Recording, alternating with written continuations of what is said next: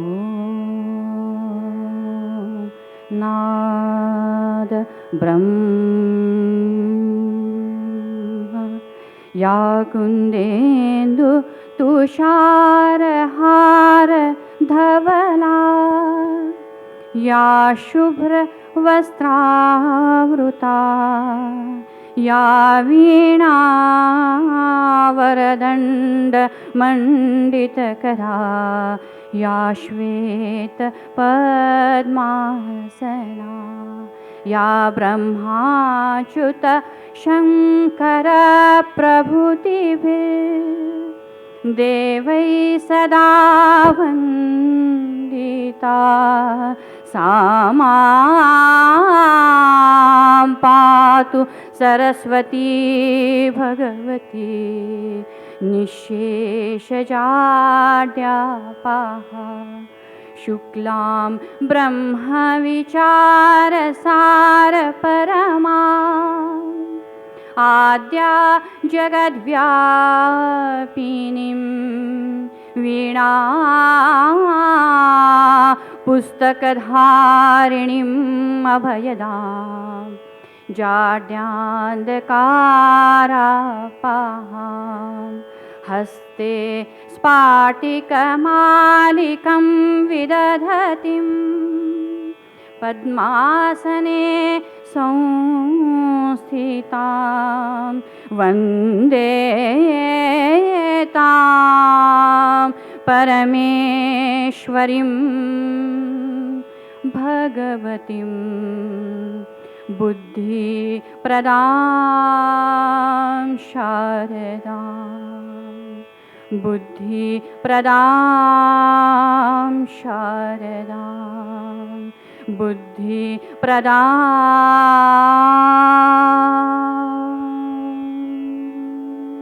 Sharadam Om Nad Brahma.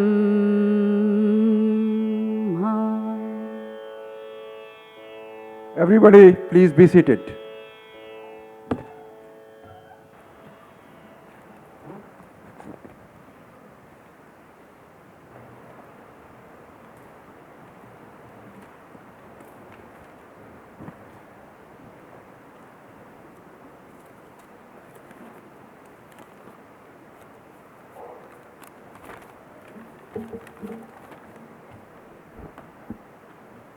This convocation of the Indian Institute of Technology, Kanpur, has been called to confer degrees upon the candidates who have been certified to be worthy of receiving the same. I hereby declare the second session of the 49th convocation open.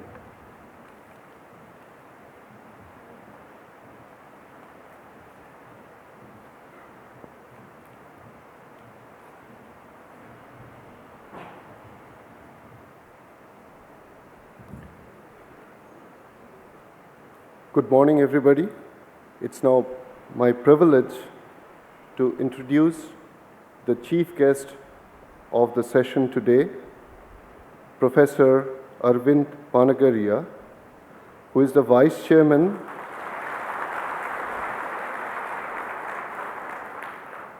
of National Institution for Transforming India, called Niti Aayog, and has been the Jagdish Bhagwati Professor of Indian Political Economy in the School of International and Public Affairs at Columbia University.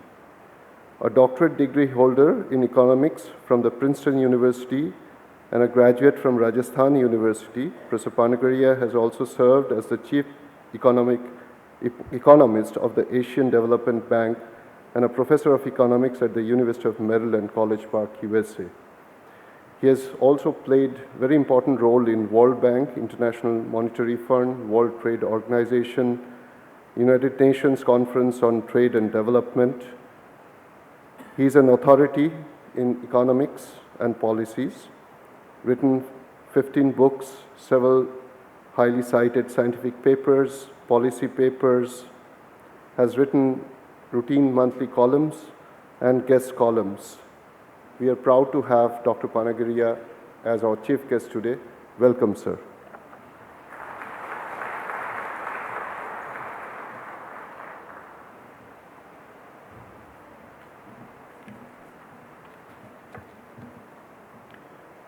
Let the candidates for the degree of Bachelor of Technology and Bachelor of Technology with second major be presented.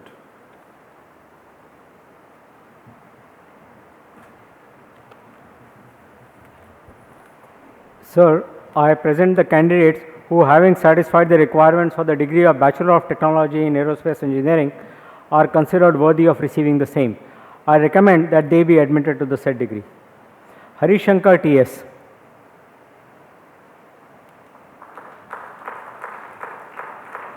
Jadhav Prasad.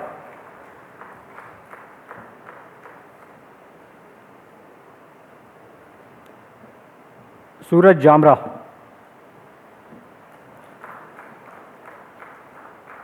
Swapnil Samir Pol.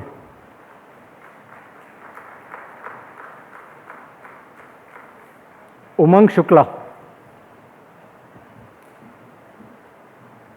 Abhishek Rahi.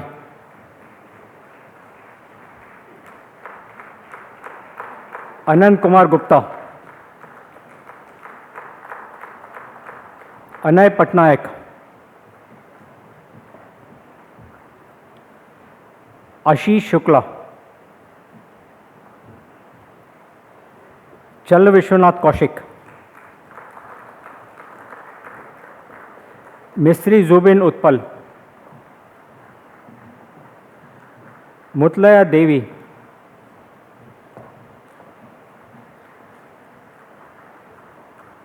Pranav Rai.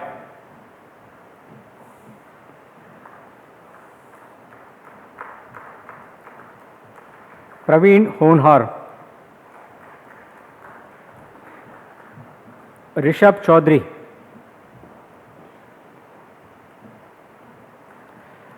Shaurya Umang. Vishal Srivastav.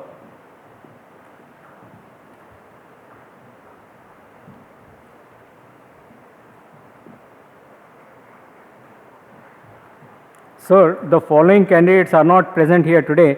They request that they be admitted to the degree of Bachelor of Technology in Aerospace Engineering in absentia. Each having satisfied the requirements for the said degree is considered worthy of it. I recommend that each of them be admitted to the said degree in absentia. Akash Kardam, Ashish Kumar Rai, Pradum Singh Yadav, Sahil Bishwas.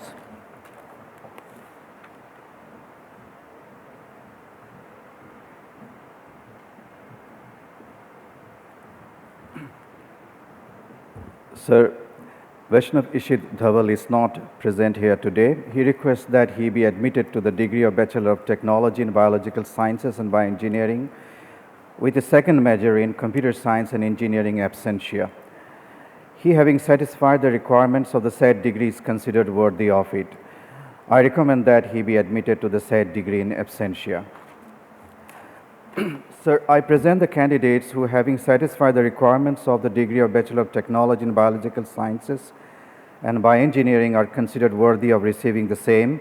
I recommend that they be admitted to the said degree. Shatrimayum Diana Devi, Avilash Mittal, Hemant Meher Chandani, Avilash Parvatina, Aditya Raj Somani, Amrita Singh, Anurag Kumar, Ashish Agarwal, Chetas Sinha, Deepak Kumar, Deepika Sachan, Dharampal Singh Bangar,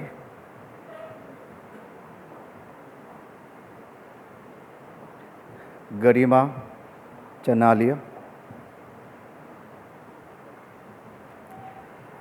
Mitesh Kumar Gupta,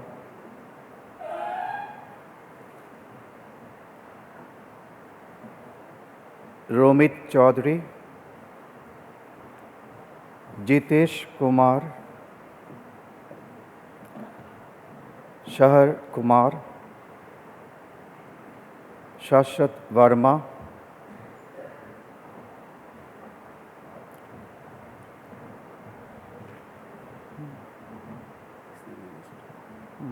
Lakshya Sunari Wal,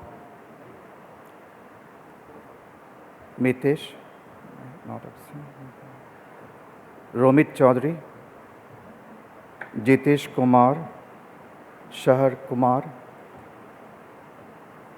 Shashwat Verma,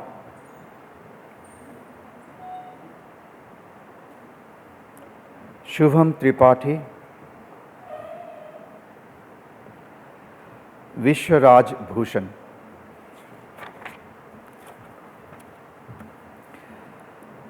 Sir, the following candidates are not present here today. They request that they be admitted to the degree of Bachelor of Technology in Biological Sciences and Bioengineering in absentia.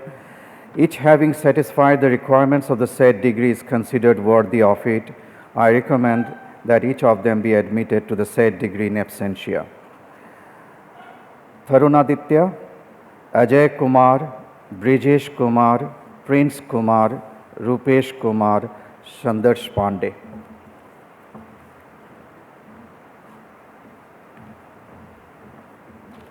Sir, I present Jaiprakash Menaria, who having satisfied the requirements for the degree of Bachelor of Technology in Chemical Engineering with second major in Economics is considered worthy of receiving the same. I recommend that he be admitted to the said degree. Sir, Ashutosh Kumar is not present here today. He requests that he be admitted to the degree of Bachelor of Technology in Chemical Engineering with second major in Computer Science and Engineering in absentia. He having satisfied the requirements for the said degree is considered worthy of it. I recommend that he be admitted to the said degree in absentia. Sir, I present the candidates who having satisfied the requirements for the degree of Bachelor of Technology in Chemical Engineering are considered worthy of receiving the same. I recommend that they be admitted to the said degree. Gundeep Kaur,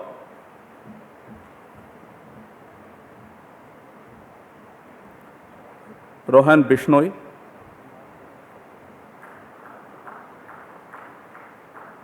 Akansha,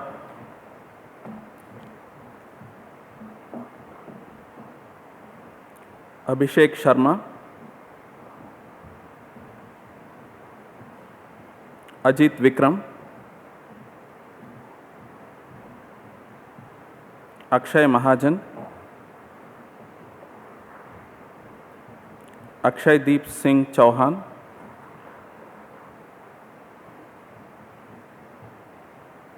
Aman Jain,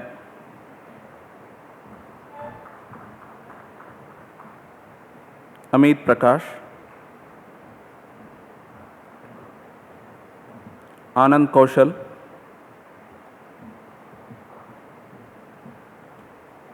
Ayush Agarwal,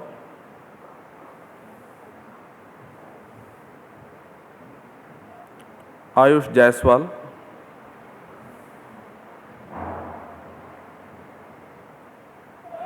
Bhanu Pratap Singh Tanwar,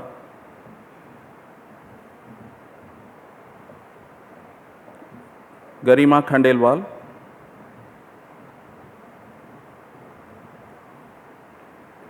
Gaurav Sethia,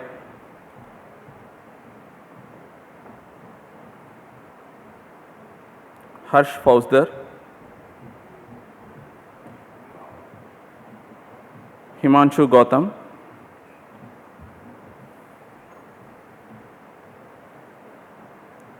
Ketuman Singh,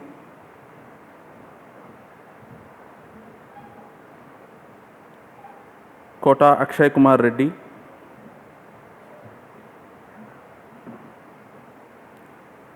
Lakshay Kumar Idiwal,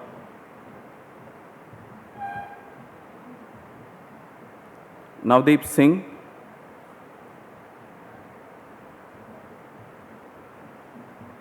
Nikita Agarwal,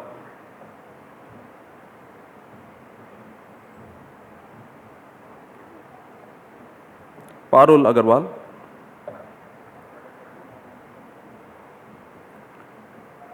Piyush Kumar Gupta,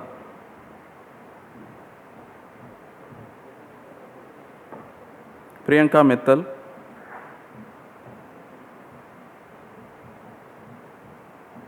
Puru Goyal,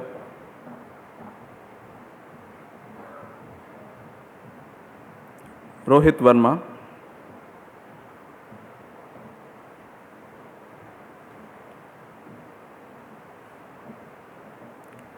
Sabyasachi Verma,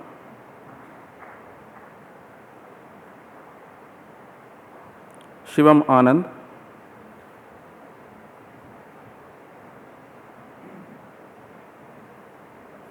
Shweta Srivastava,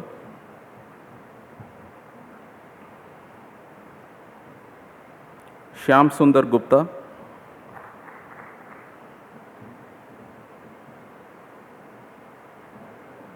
Sushmita Shubham,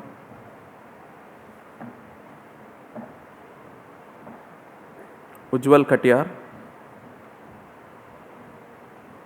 Gaurav Ladda, Vishal Goyal,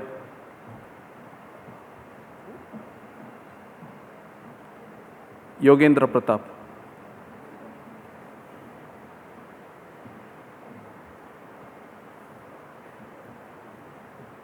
Sir, the following candidates are not present here today.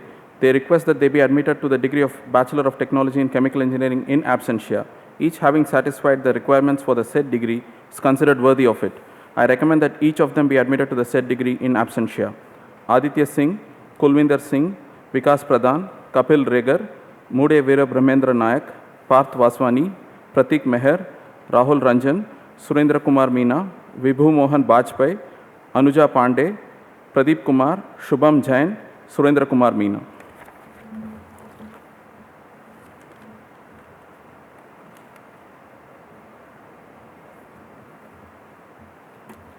Sir, I present Aditya Nigam, who having satisfied the requirements for the degree of Bachelor of Technology in Civil Engineering with second major in Computer Science and Engineering is considered worthy of receiving the same. I recommend that he be admitted to the said degree. Sir, I present Rajkamal Kumar, who having satisfied the requirements for the degree of Bachelor of Technology in Civil Engineering with second major in Mechanical Engineering is considered worthy of receiving the same. I recommend that he be admitted to the said degree. Sir, I present the candidates who having satisfied the requirements for the degree of Bachelor of Technology in Civil Engineering are considered worthy of receiving the same. I recommend that they be admitted to the said degree. B. Panduranga Vittal,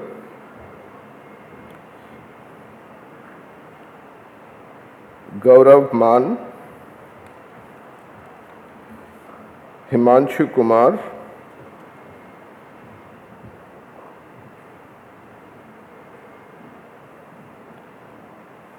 Manish Kumar,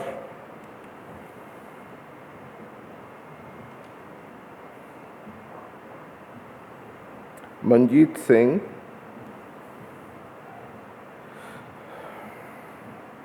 Prabhat Yadav,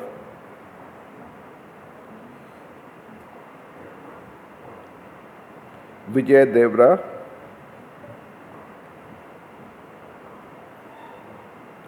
Vikas Kumar Bharati,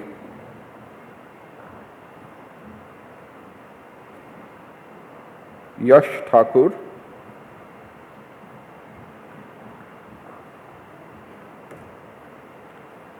Abhishek Chaudhary,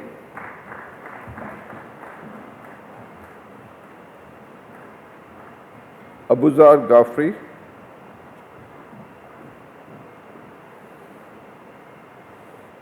Adarsh Kumar,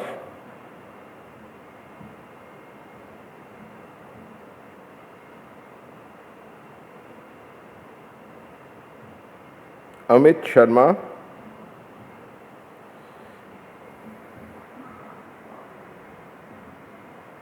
Amarendra Rajan,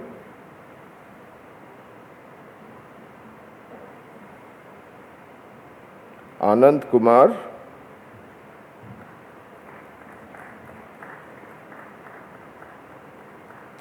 Ankush Kothari,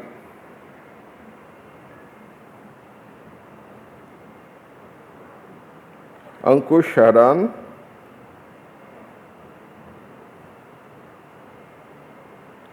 Anuj,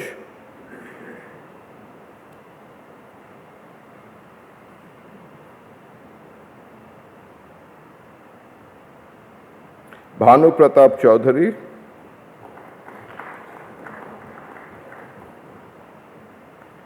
Chandan Garg, Gaurav Chaudhary,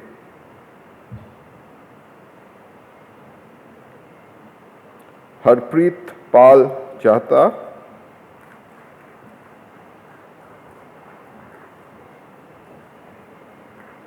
Harsh Toshniwal,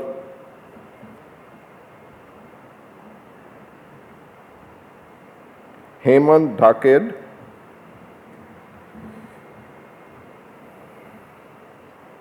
Jaskaranjit Singh Rai,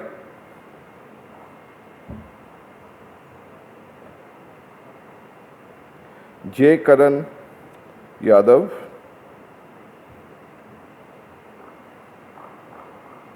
Karthik Sahu,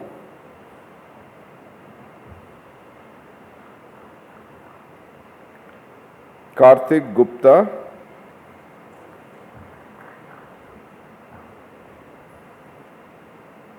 Khemendra Raj Pingolia, Krishna Kumar Chandok,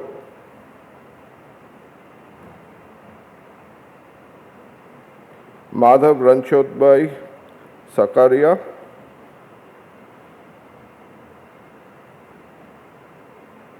Mukesh Kumar Bankolia,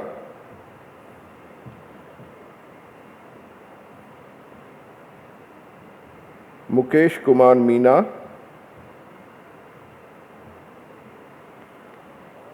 Nidadavalu Sri Durga,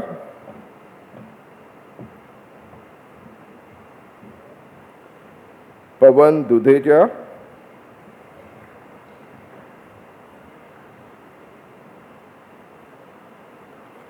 Pavan Kumar Madhesya.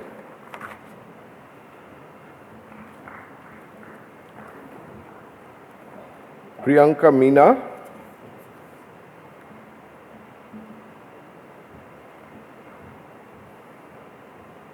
Rahul Kumar Mahavar,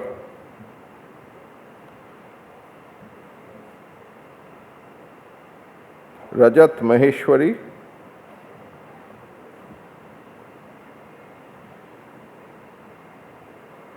Ramlal Mundel,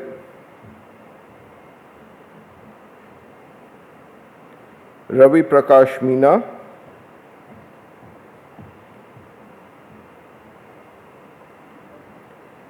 Ravi Shere,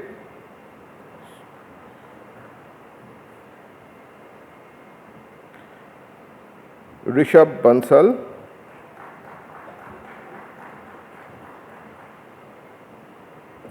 Saloni Jaju,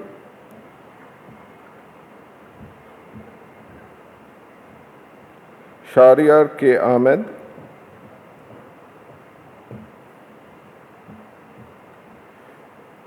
Shubham Kamal,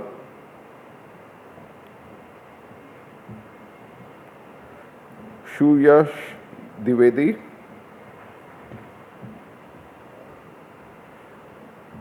Shuyash Yadav,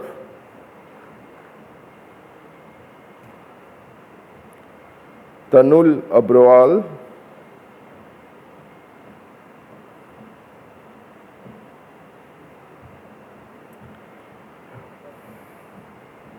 Tejash Bed,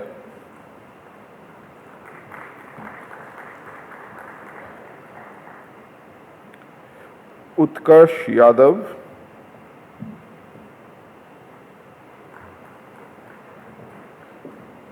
Veena Ahirwar,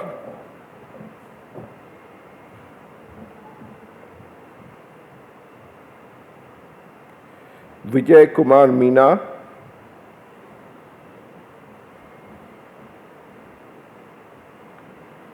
Vikramjit Singh,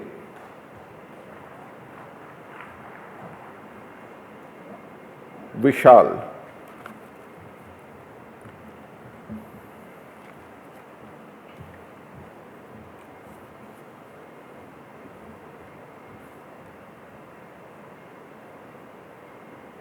The following candidates are not present here today. They request that they be admitted to the degree of Bachelor of Technology in Civil Engineering in absentia. Each having satisfied the requirements for the said degree is considered worthy of it. I recommend that each of them be admitted to the said degree in absentia. Akshay Singh, Abu Hakim Khan, Kakani Rajnikant, Navneet Kumar Chaube, Rahul Singh, Vijay Kumar, Abhishek Kumar Singh, Ashutosh Agarwal, Hansraj Meena, Hariom Meena, Sarvesh Deepak Koyande, Rajiv Ranjan, Vaibhav Kumar Singhania, Vivek Kumar, Adil Sabit, Akashdeep Vishwakarma, Ami Bhaskar Tanna, Ankit Samantara, Ayush Agarwal, Kailash Kumar, Kamesh Azad, Madhav Kumar, Shubham Agarwal, Shubham Verma, Vishal Kumar.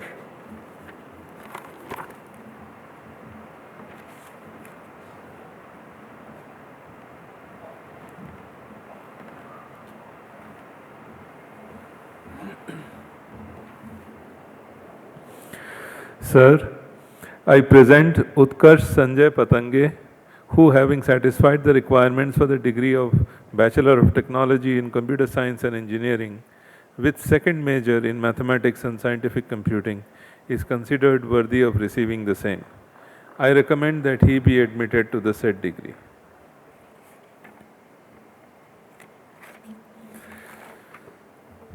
Sir, I present the candidates who, having satisfied the requirements for the degree of Bachelor of Technology in Computer Science and Engineering, are considered worthy of receiving the same.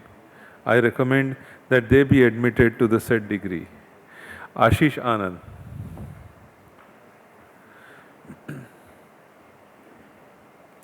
Aman Bhati, Abhay Kumar,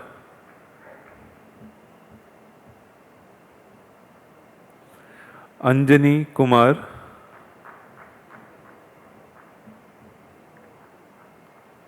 Bunedri Vivek,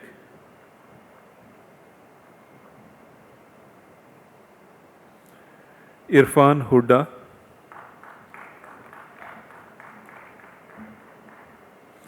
Premnath Bharti,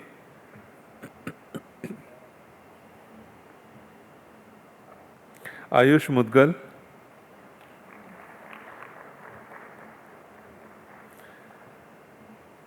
Abhilash Kumar, Abhimanyu Jain Asati,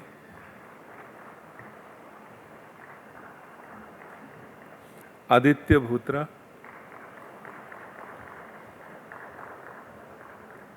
Aditya Modi, Akshat Bhatnagar,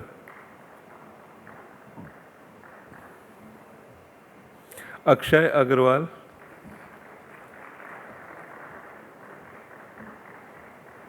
Aman Kumar,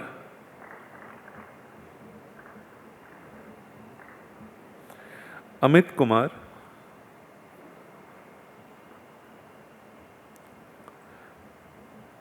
Anand Pandey,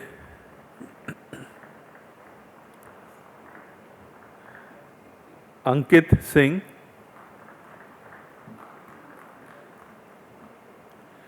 Ankita Pasricha,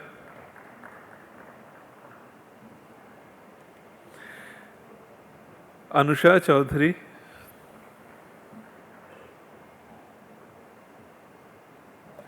Aradhna Singh,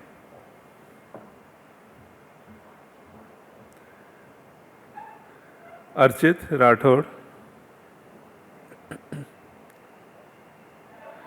Arpit Srivastav, Ashish Butler,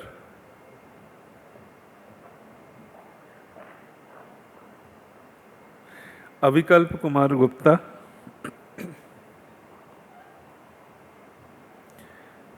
Ayush Sekhri, Chirag Gupta,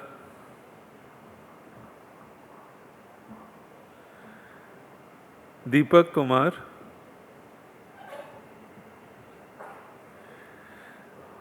Dhruv Singhal, Durgesh Deep,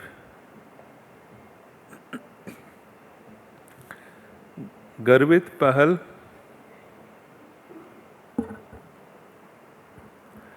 Hardik Bansal, Harshit Agarwal,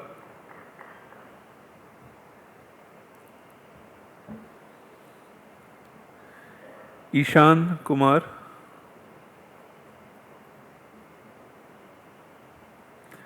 Jaykishan Rupani,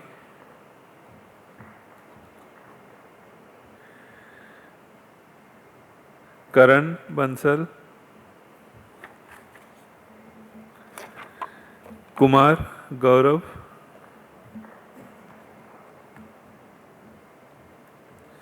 Kumawat Varshini,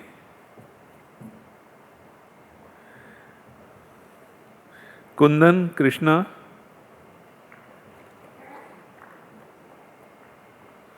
Lucky Sahani, Masare Akshay Sunil,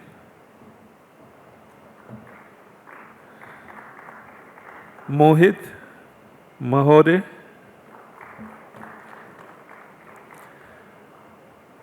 Mohit Singh Solanki,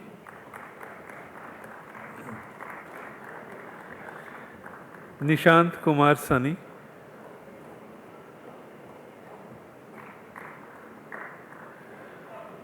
Palash Sharma, Patil Nikhil Jayawant,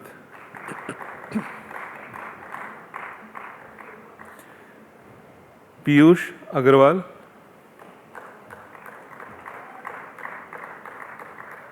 Prachi Gupta,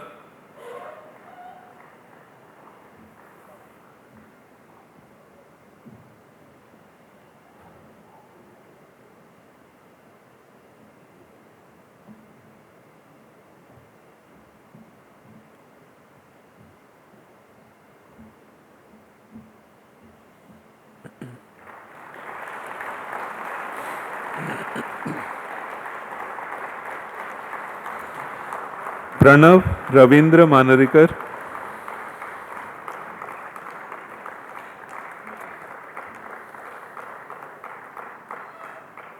Priya Ranjan,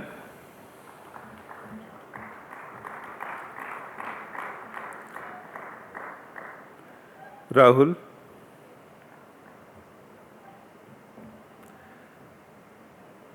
Rahul Gurjar,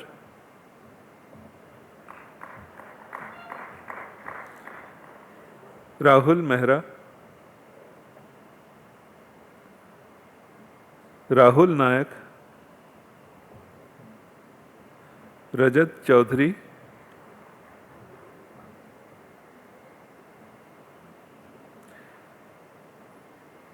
Ratnesh Jamidar,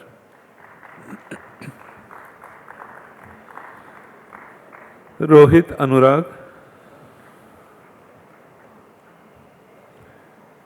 Raunak Poddar,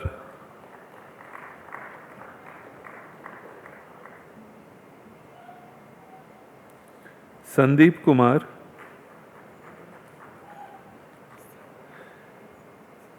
Satvik Gupta,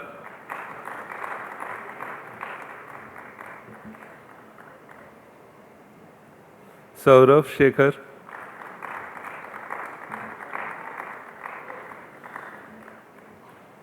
Saurav Kumar,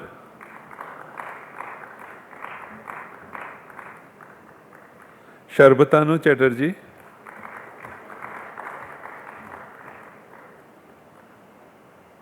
Shubham Agarwal,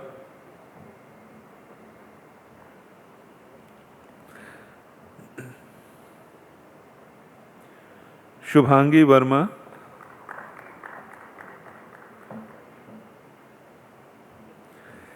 Siddhant Manocha,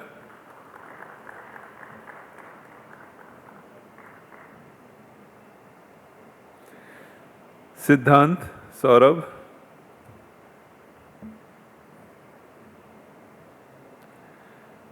Shrikant Singh,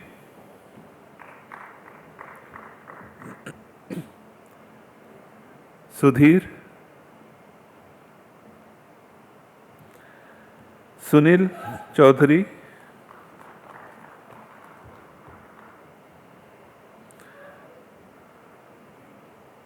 Utsav Sinha,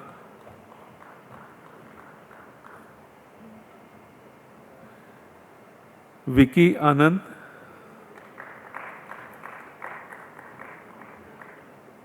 Vishal Singh Arya.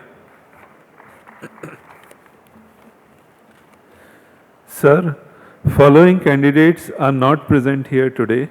They request that they be admitted to the degree of Bachelor of Technology in Computer Science and Engineering in absentia. Each having satisfied the requirements for the said degree is considered worthy of it. I recommend that each of them be admitted to the said degree in absentia. Aniruddha Vyas, Devvarat Meena, Manav Garg, Triya Bhattacharya, Rohit Kumar Jha, Sahil Solanki, Swarup Singh Deval, Ajay Sharma, Ajay Singh, Arnav Ghosh, Sakshi Gupta, Sanil Jain, Vivek Kuladia.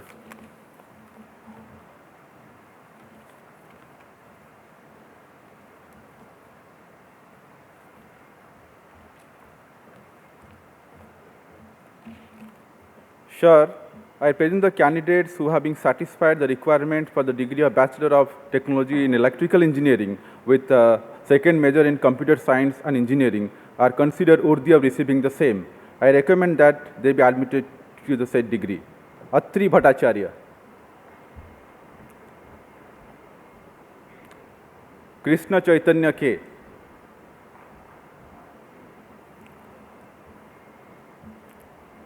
Sir, GVA Sasang Mouli is not present here today. He requests that he be admitted to the degree of Bachelor of Technology in Electrical Engineering with second major in Computer Science and Engineering in absentia. He, having satisfied the requirements for the said degree, is considered worthy of it. I recommend that he be admitted to the said degree in absentia. Sir, I present the candidates who have been satisfied the requirements for the degree of Bachelor of Technology in Electrical Engineering are considered worthy of receiving the same. I recommend that they be admitted to the said degree. Anurag Kumar,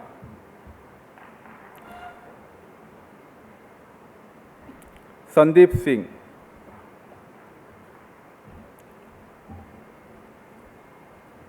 Bhole Puspak Sopan,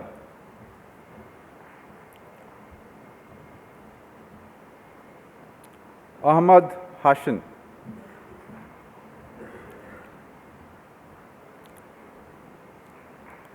Sawan Srivastava,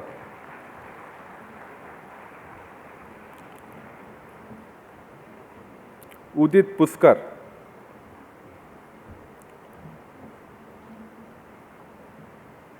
Akash Ghosh,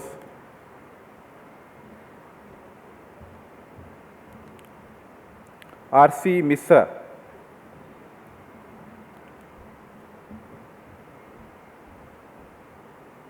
Abhay Agrawal,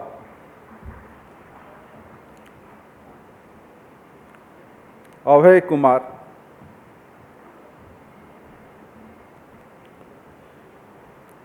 Abhijit Sinha,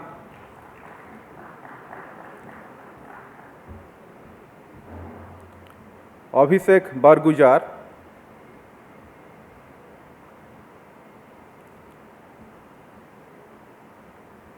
Abhishek Chaurasia,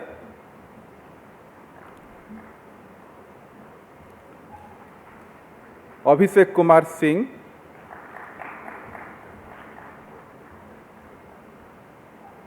Abhishek Singh Rajput,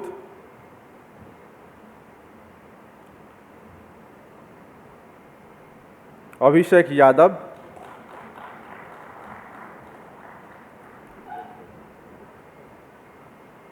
Akhilesh Kumar Moria,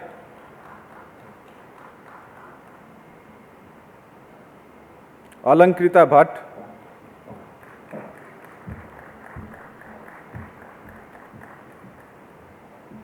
Amar Chand,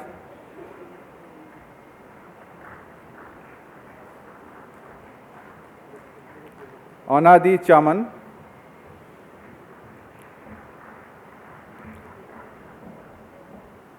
Ankesh Kumar Pandey,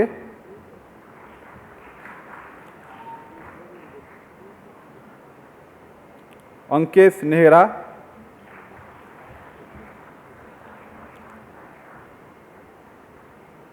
Ankit Goyal,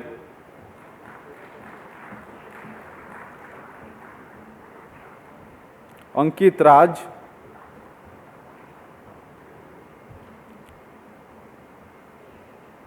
Anshuman मित्र,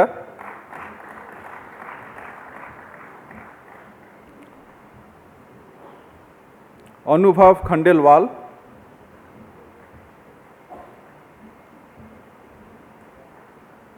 अर्जुन सिंह भादोरिया,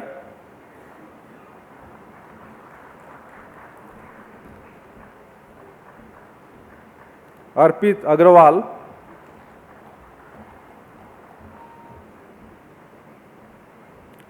अर्पित अग्रवाल,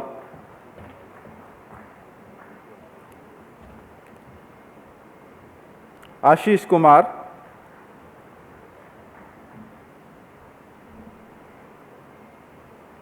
आयुषी सिंघल,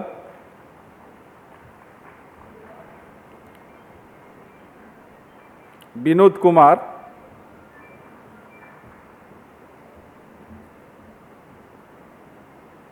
विपिन कुमार,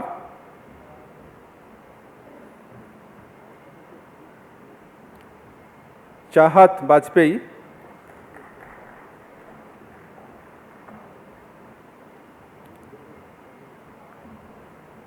चिन्मय कुमार, दाथी स्वाति,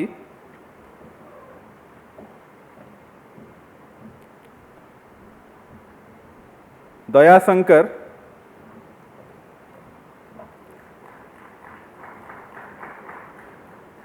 धर्मेंद्र महाजनी,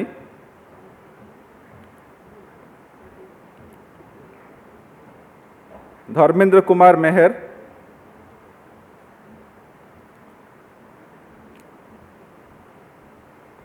धर्मेंद्र सोनी,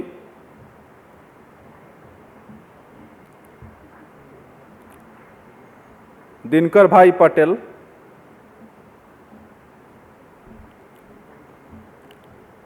एकांश गुप्ता,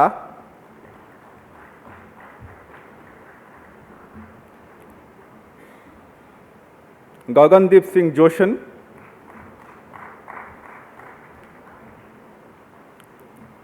हर्षवर्धन चनगनी,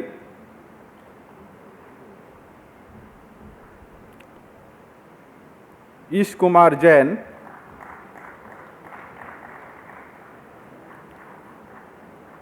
जशवंत यादव,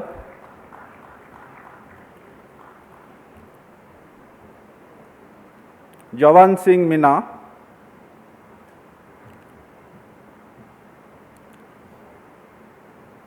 जय Pandya,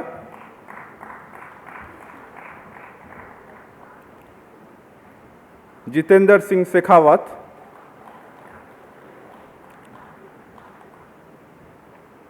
Kartik Singh,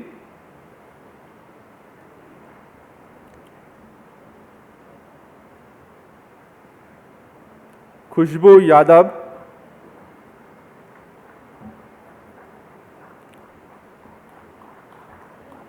LS. Vishnu Sai Rao,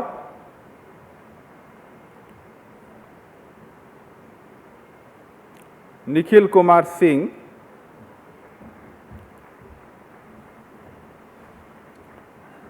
Nikhil Rastogi,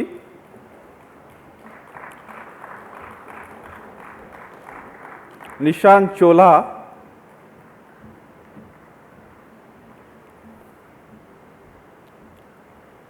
P Arun,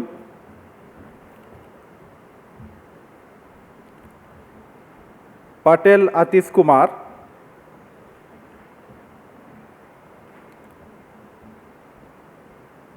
Pradeep Kumar,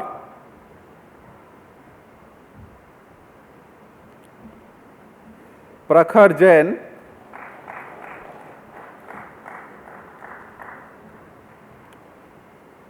Pranab Kumar,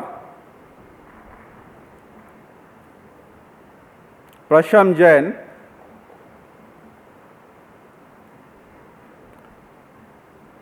Prashant Chawla,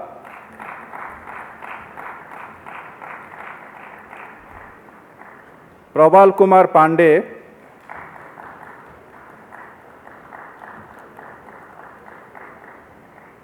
Rahul Yadam,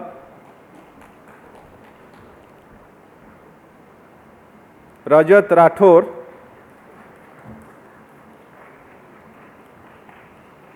Rishi Gupta,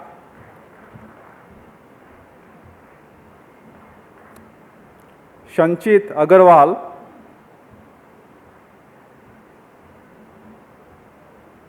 Shahil Deb,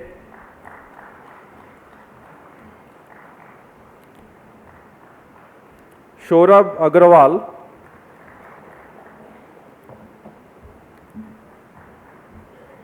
Shorab Sagar,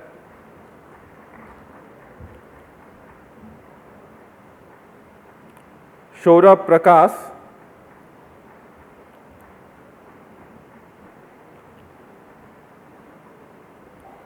Safikul Islam,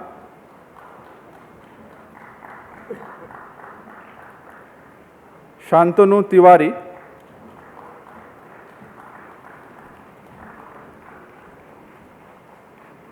Shreya Bharti,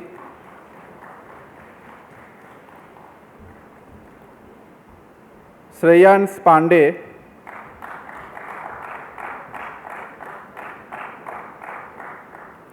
Shruti Jain,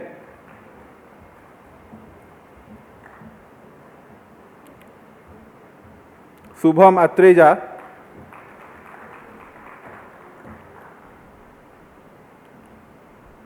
Shubham Kumar Sharma,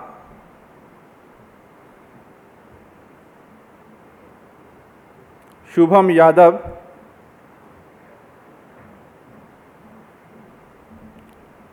Siddharth Prusti,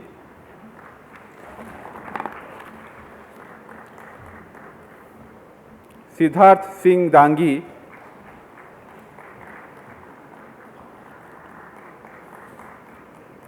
Siddhant Prakash Khatri,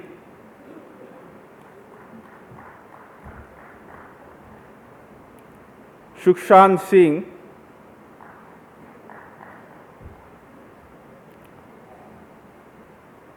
Swecha,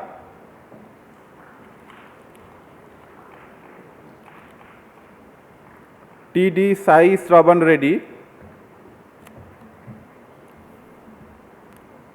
Tanushree Gupta,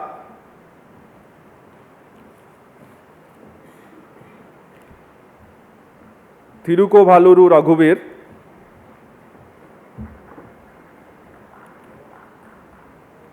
Uttam Chand,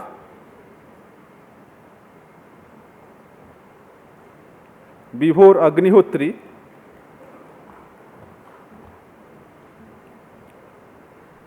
Vikas Bhoria,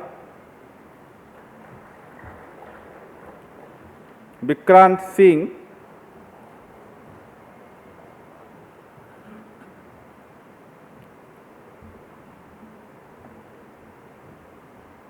Vinay Kumar,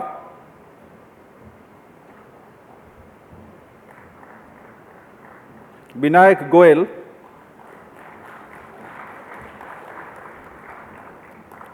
Vinit Kumar,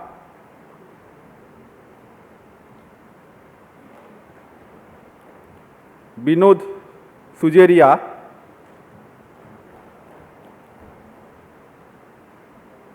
Vipul Kumar, Aditya Kumar Gupta.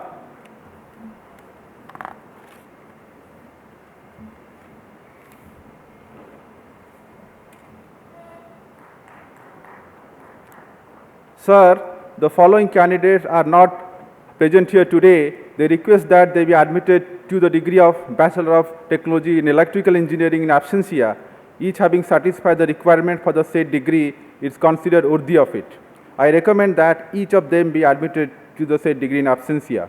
Arun Kant Sharma, Praveen Kumar, Akash Raj, Aniruddha Tolambia, Ritesh Ranjan, Swapnil Upadhyay, Varun Kumar, Adarsh Jain, Avi Singh, Mahendra Kumar Meena, Prakash Bishnoi, Ritik Mandal, Sandeep Maharia, Sailendra Agrawal, Sunil Bhatt.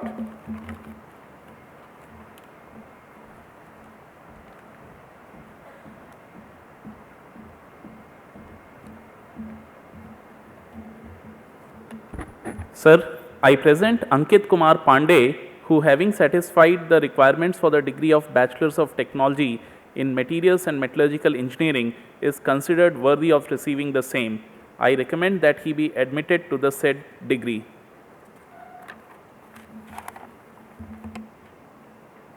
Sir, I present Amey Suhas Sathe, who having satisfied the requirements for the degree of Bachelors of Technology in Materials Science and Engineering with a second major in Electrical Engineering is considered worthy of receiving the same. I recommend that he be admitted to the said degree.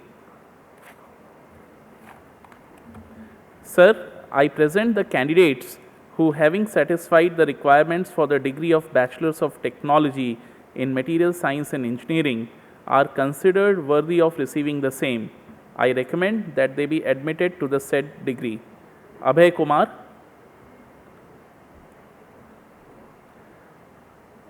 Akash Chandra, Gudla Shiva Narayana,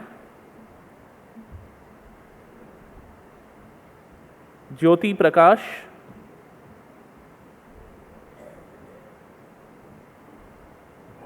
Ketan Jain,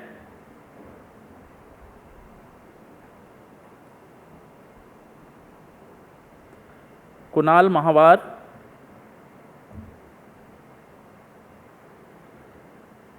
Pranshu Pawar,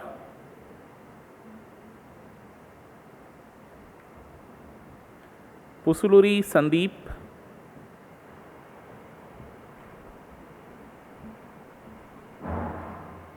Sandeep Kumar Etha, Satyanshu Kumar,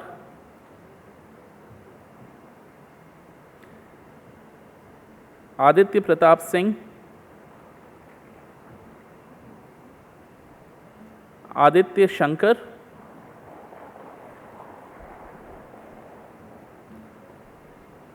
Akash Bajaj, Alkesh Kumar Sinha,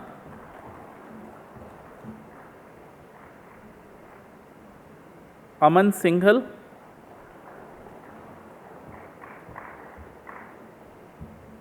Ankit Gupta, Ankit Kumar,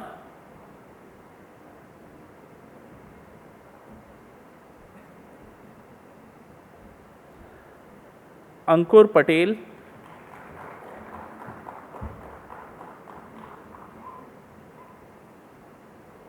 Archit Agarwal,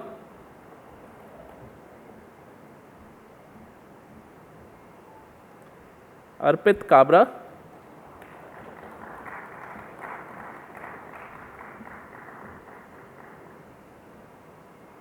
Chandrakanta,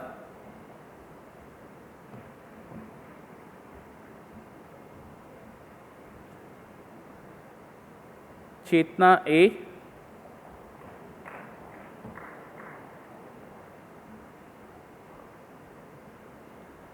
Deepak Kumar Yadav,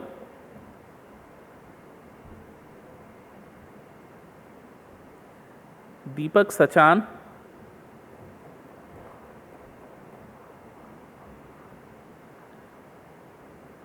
Guljarwad Pritul Ramdas,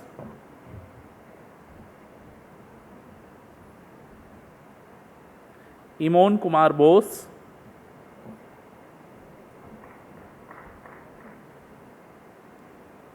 K. Narayanamurthy,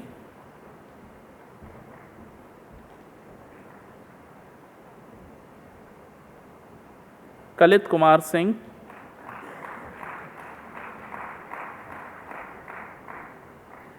Kamal Kishore,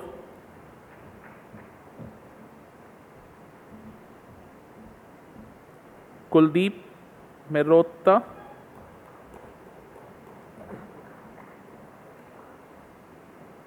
Kumar Aniket,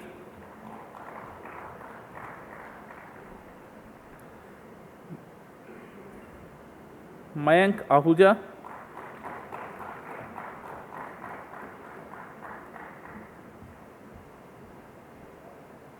Mithilesh Vadadi,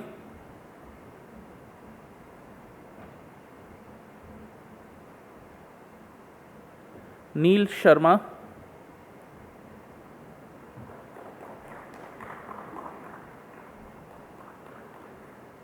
Parate Akshay Pralhad,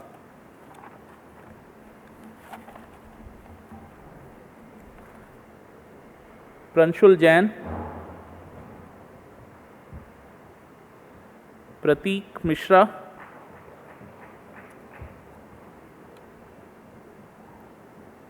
Priya Kumari,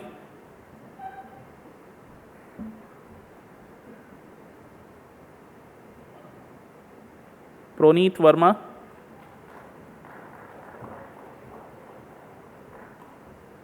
Punkesh Kumar, Raja Ashutosh Kumar Buddhi Raju,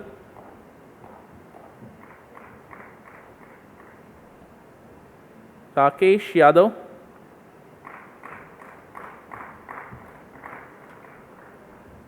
Ravish Agrawal,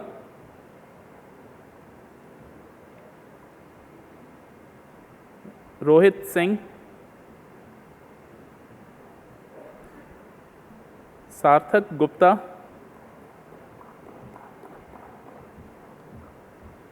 Shantanu Sharma,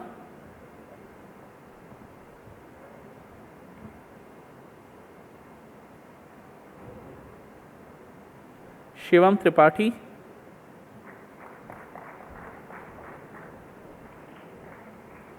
Shriya Singh,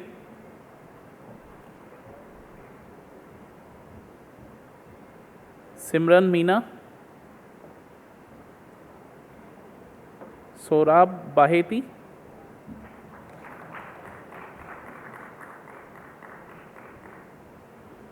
Shrishti,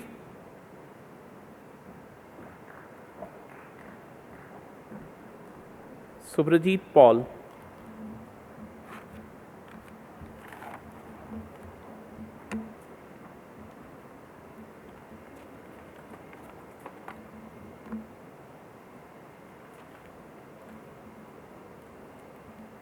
Sir, the following candidates are not present here today. They request that they be admitted to the degree of Bachelors of Technology in Materials Science and Engineering in absentia. Each having satisfied the requirements for the said degree is considered worthy of it. I recommend that each of them be admitted to the said degree in absentia. Ankit Himanshu, Ankit Kumar Nayak, Mukul Raju Bhagia, Prince Raj, Rahul Kumar, Shrapwat Amita,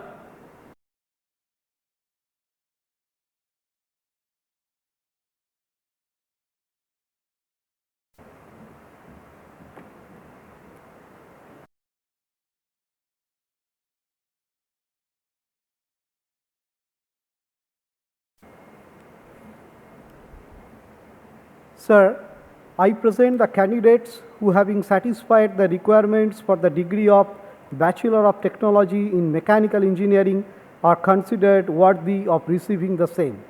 I recommend that they be admitted to the said degree. Karan Shaha,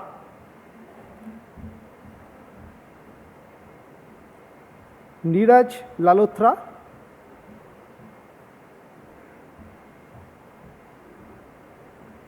Nitin Prakash Mahor,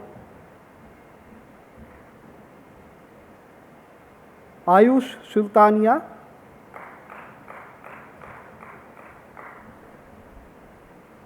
Ajinkya Bagait,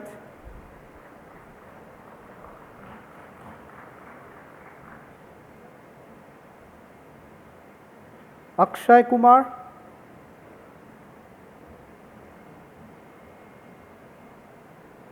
Anuj Kumar,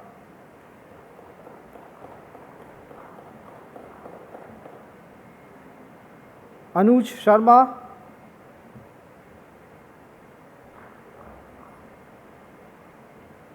Brajesh Singh,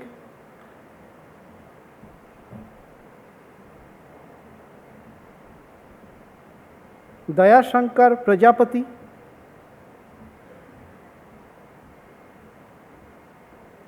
Dinesh Kumar,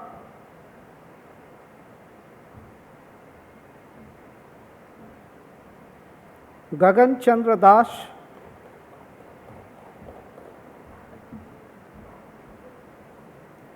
Gajendra Singh Meena,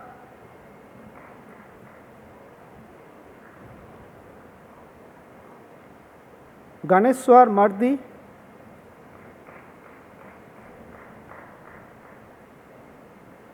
Gaurav Gupta,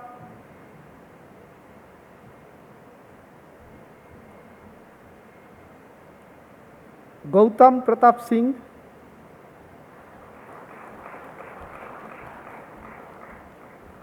Hiren Mittal,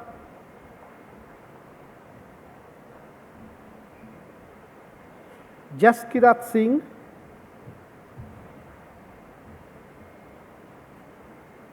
Keval Shah,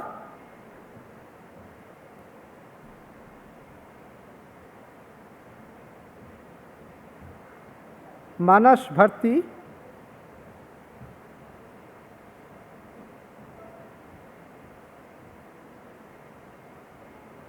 Mayank Jain,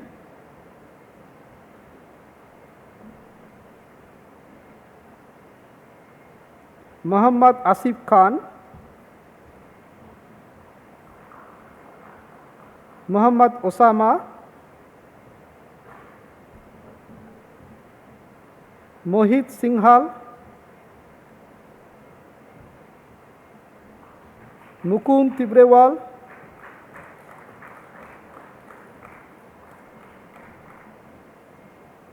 Nikhil Kurele,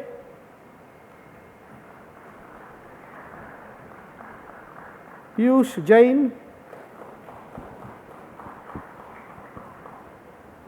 Prachi Misra,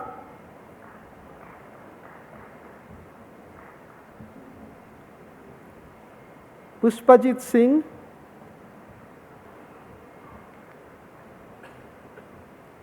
Rachit Bharadwaj,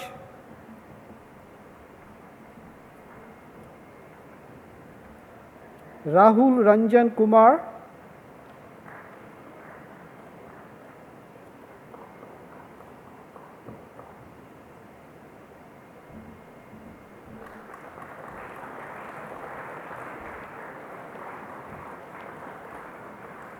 Rajnikant Bansal,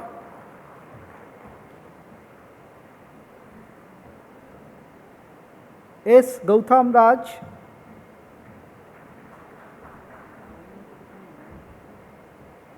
Sani Kumar,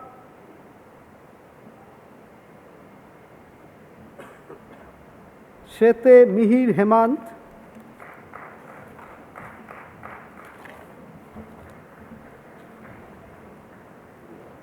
Shivam Agarwal,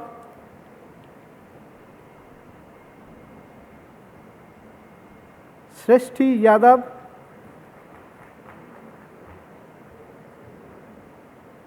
Shreya Singhal,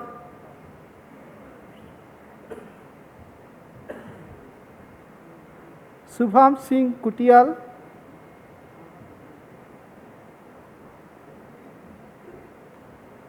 Shubhankar Gupta, Swapnil Jain,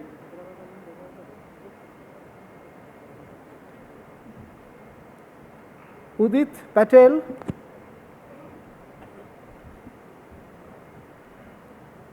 Utkarsh Srivastava,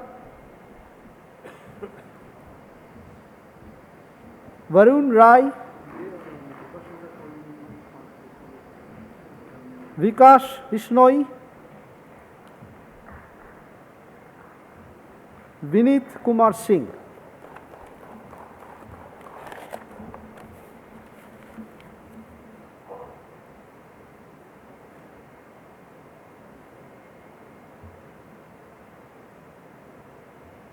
Sir, the following candidates are not present here today.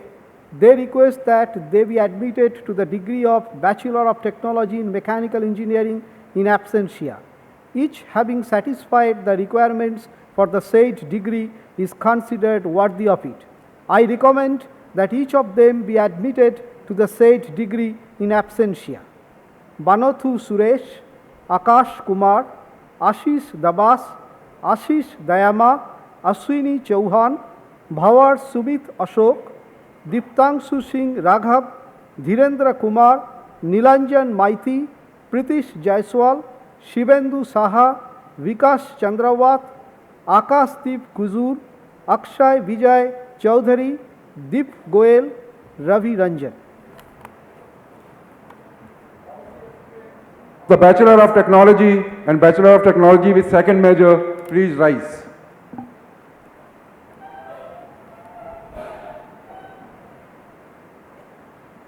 By virtue of the authority vested in me as Chairman of the Senate of the Indian Institute of Technology, Kanpur, I do hereby admit each of these candidates to the degree of Bachelor of Technology and Bachelor of Technology with second major in respective disciplines and charge them to prove worthy of the same throughout their life. All the recipients of the Bachelor of Technology and Bachelor of Technology with second major degree, please be seated.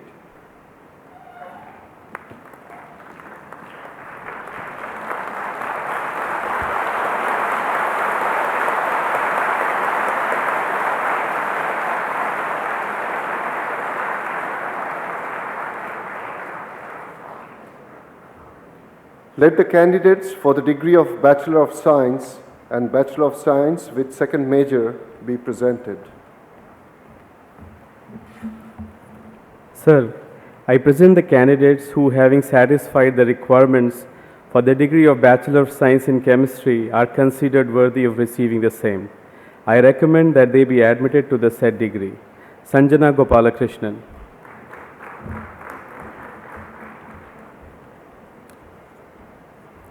Shalini Gupta.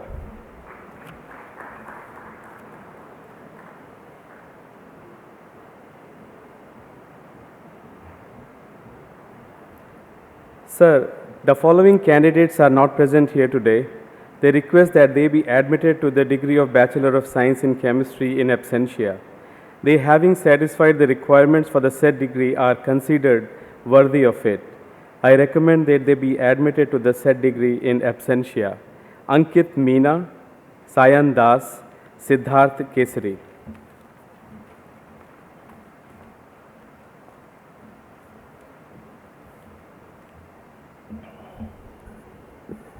Sir, I present the candidates who, having satisfied the requirements for the degree of Bachelor of Science in Economics, are considered worthy of receiving the same.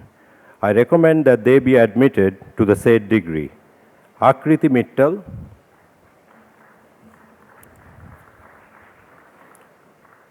Avinar Baber,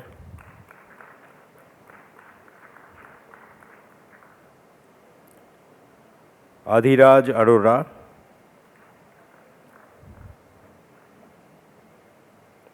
Aman Bhagat,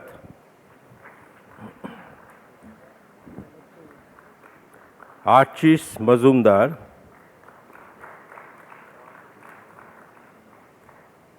Harshita Varshni,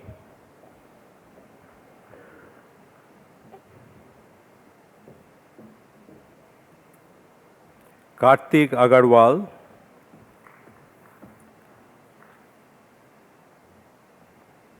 Priya Agarwal,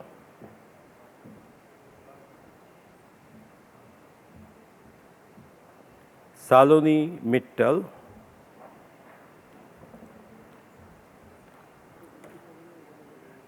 and Sarthak Tayal.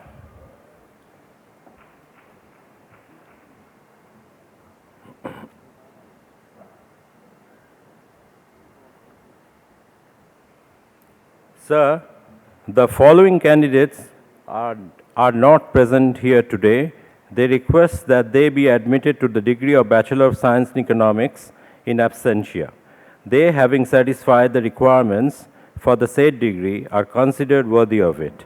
I recommend that they be admitted to the said degree in absentia. Bhawar Lapal Meena, Gogineni Venkata Sritha, Rishabh Raj Agarwal.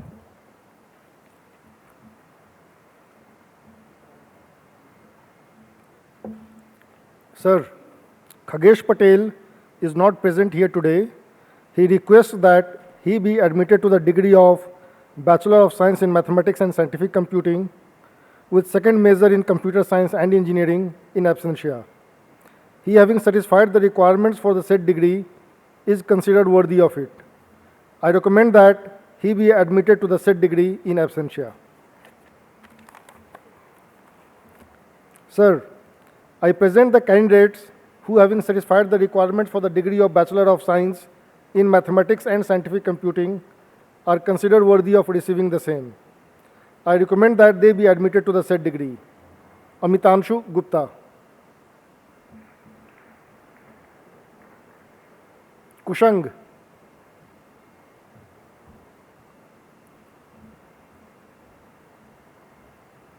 Narendra Roy.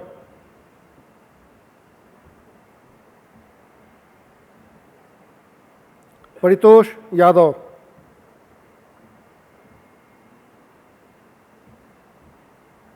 Samarth Bansal.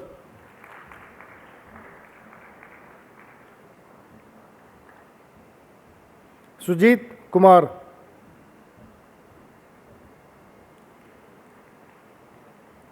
Abhishek Kumar.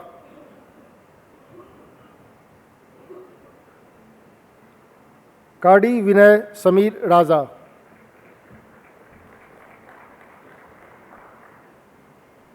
Kirtan Shamal Pad.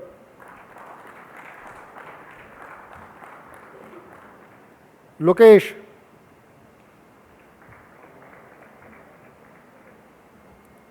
Nalin Dhamalia.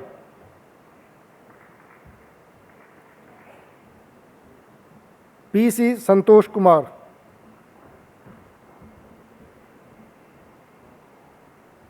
Parikshit Khanna.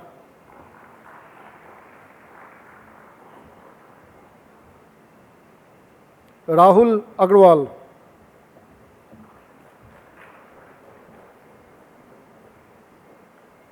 Samadeepa Saha.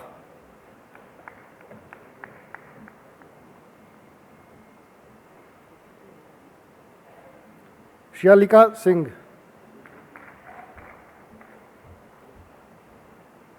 Shrish Ladha.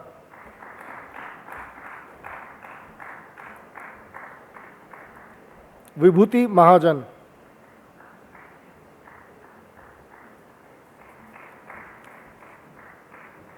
Vishwas Bhargava.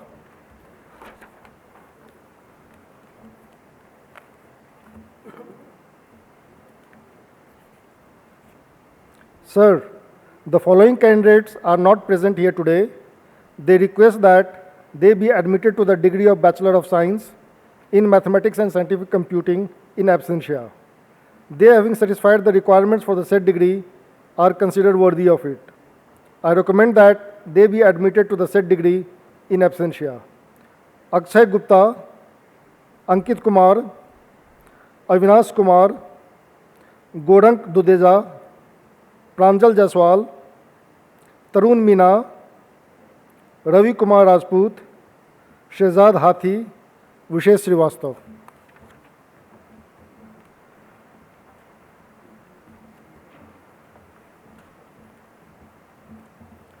Sir, Amit Munje is not present here today. He requests that he be admitted to the degree of Bachelor of Science in Physics with second major in Computer Science and Engineering in absentia. He, having satisfied the requirements for the said degree, is considered worthy of it. I recommend that he be admitted to the said degree in absentia. Sir, I present the candidates who, having satisfied the requirements for the degree of Bachelor of Science in Physics, are considered worthy of receiving the same. I recommend that they be admitted to the said degree. Pranjul Yadav,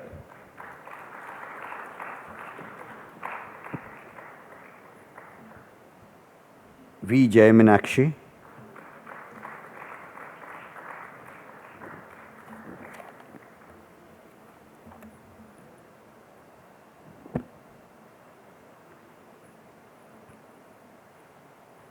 Sir, Vivek Kumar is not present here today.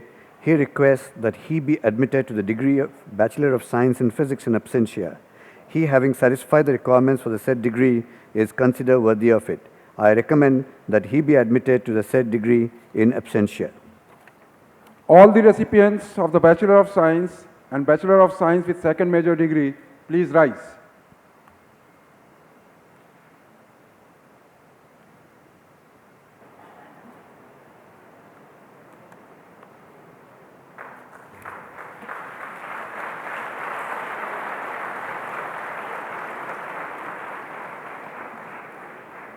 By virtue of the authority vested in me as Chairman of the Senate of the Indian Institute of Technology, Kanpur, I do hereby admit each of these candidates to the degree of Bachelor of Science and Bachelor of Science with second major in respective disciplines, and charge them to prove worthy of the same throughout their life. All the recipients of Bachelor of Science and Bachelor of Science with second major degree, please be seated.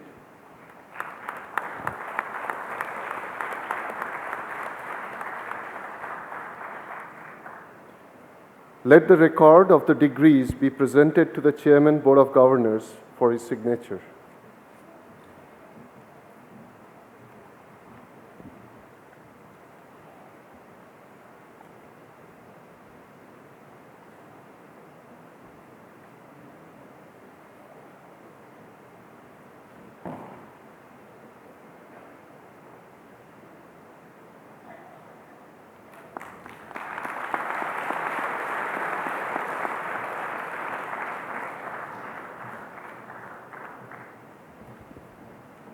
All the recipients of all the degrees, please rise.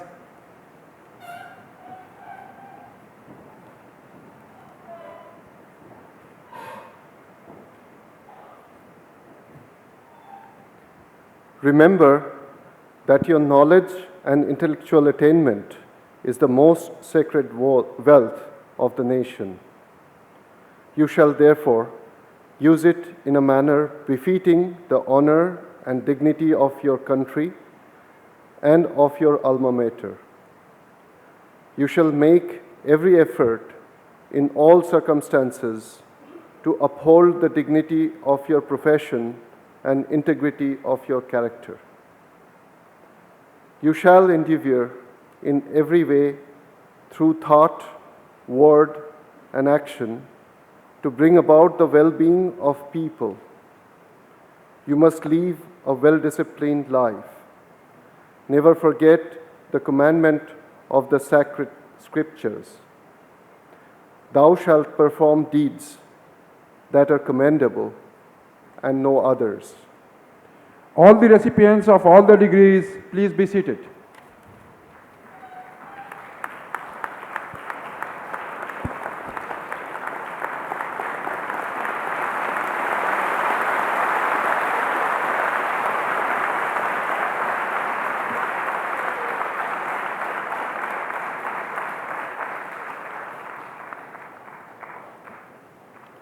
Let the candidates for the award of prizes and medals be presented.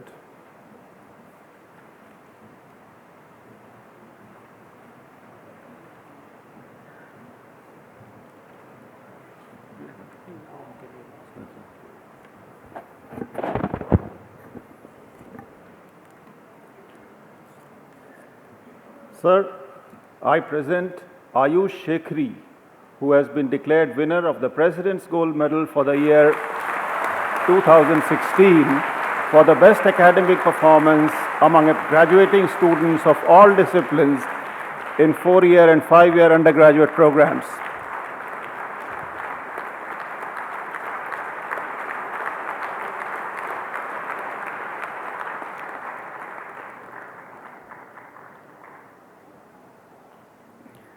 Sir, I present Shalini Gupta, who has been declared winner of the Director's Gold Medal for the year 2016 for the outstanding all-round achievement and leadership among students graduating in all 4-year undergraduate programs.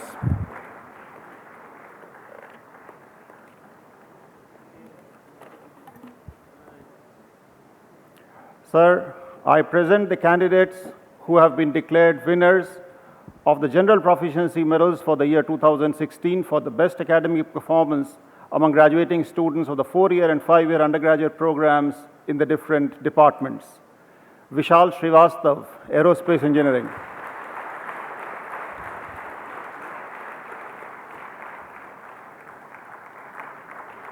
Shubham Tripathi, Biological Science and Bioengineering.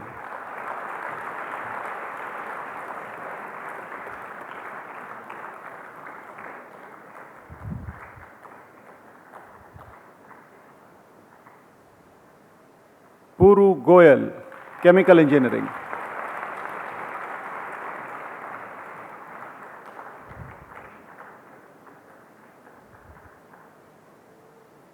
Anand Kumar, Civil Engineering.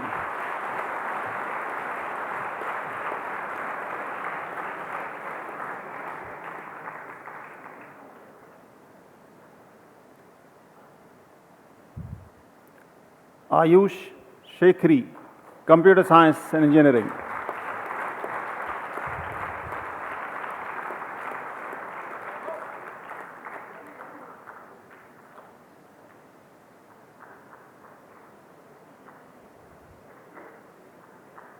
Abhishek Kumar Singh, Electrical Engineering.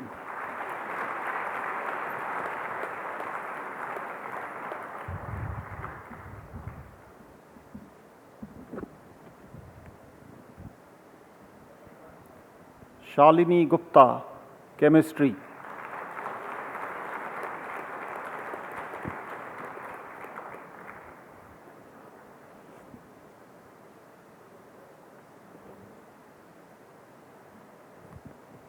Akriti Mittal, Economics.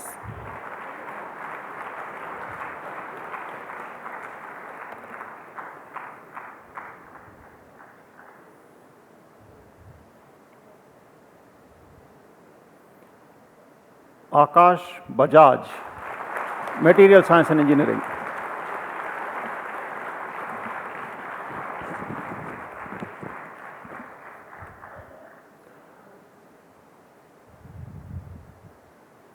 Sir, I present the candidates who have been declared winners of the Project Proficiency Medals and Prizes for the year 2016 for the best undergraduate project work done by graduating students in the 4-year and 5-year undergraduate programs in each of the departments.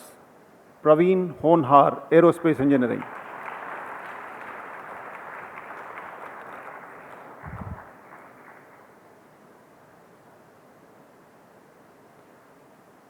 Piyush Jain, Mechanical Engineering.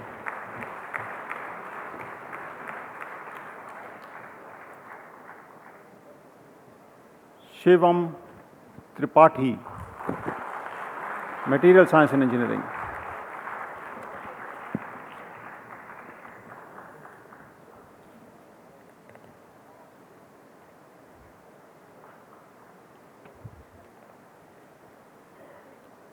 Sir, I present Praveen Honhar, who has been declared winner of the IIT Kanpur Excellence Award in Community Services for the year 2016 for the outstanding work in various aspects of community service. Sir, I present the candidates who have been declared winners of the IIT Kanpur Excellence Award in Arts and Cultural Activities for the year 2016, given for outstanding work in various fields of arts and cultural activities. Aditya Raj Somani, Biological Science and Engineering.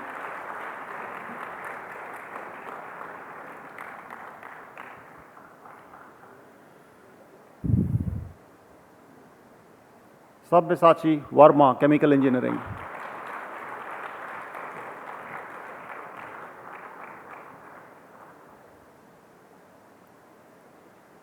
Priya Agarwal, Economics.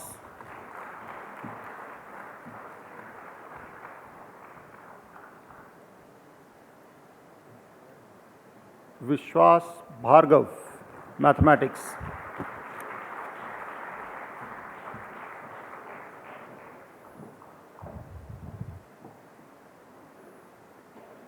Sir, I present the candidates who have been declared winners of the IIT Kanpur Excellence Award for Leadership in Students' Affairs for the year 2016, given for exemplary work related to all aspects of student governance, hostel management affairs, and leadership in organization of events at department, hostel, or institute level.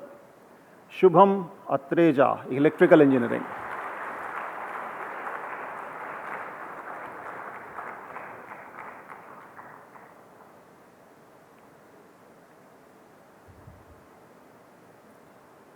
Gautam Pratap Singh, Mechanical Engineering.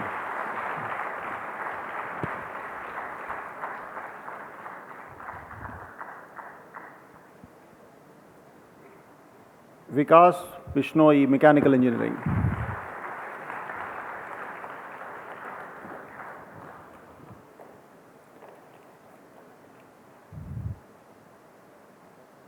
Sir, I present Shivam Tripathi, who has been declared winner of the Sri Binay Kumar Sinha Award for the year 2016, given for the best undergraduate project of any department that has industrial applicability and partially or completely solves a problem affecting the common man. Sir, I present Akash Bajaj, who has been declared winner of the Batra Gold Medal for the year 2016 for the best academic performance in the 4-year and 5-year programs of Material Science and Engineering Department.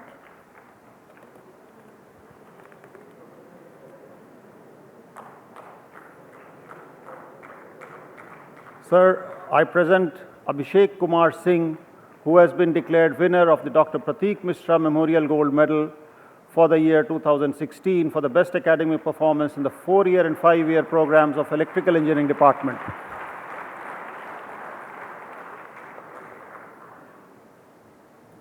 Sir, I present Praveen Honhar, who has been declared winner of the Kumar Devendra Pratap Singh and Kumrani Krishna Kumari Memorial Award for the year 2016, given for the best undergraduate project work in 4-year and 5-year programs in aerospace engineering. So I present Shalini Gupta, who has been declared winner of the Bhagwani Devi Maheshwari Gold Medal for the year 2016, given to the best all-round graduating girl student in the 4-year and 5-year programs with academic excellence, social awareness, leadership qualities, and extracurricular involvement. Sir, I present Tejas Baid, who has been declared winner of the Professor Adidam Srirang Sai Memorial Medal for the year 2016, given for outstanding all-round achievement among graduating students in the 4-year and 5-year programs in Civil Engineering Department. Sir, I present the candidates who have been declared winners of the SIIC Student Innovation Award for the year 2016 for the best innovative project in path-breaking technology of global importance in any domain. Amit Singh Chauhan, Civil Engineering.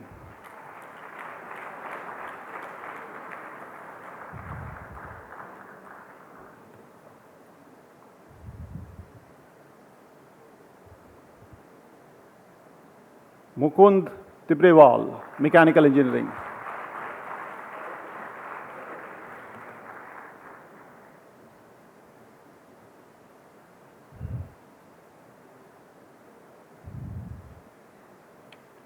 Sir, I present Ish Kumar Jain, who has been declared winner of the Motorola Gold Medal 2016, given for the outstanding all-round achievement in electronics, electrical, and computer science disciplines of the 4-year and 5-year programs students.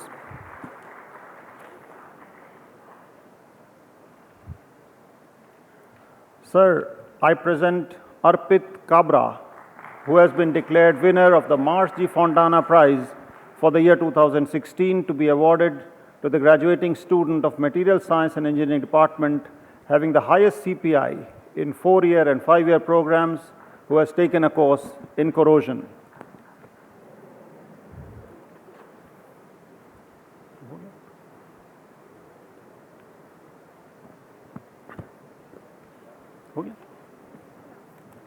कोई है?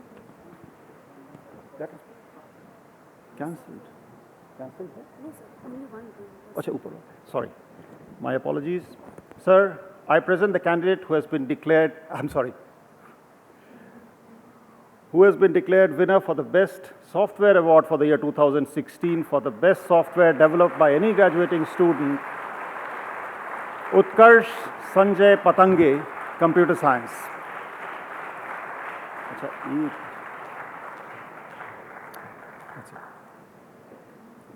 I request Chairman Senate to please read out the citation for honorary degree of Doctor of Science to Mr. Viswanathan Anand.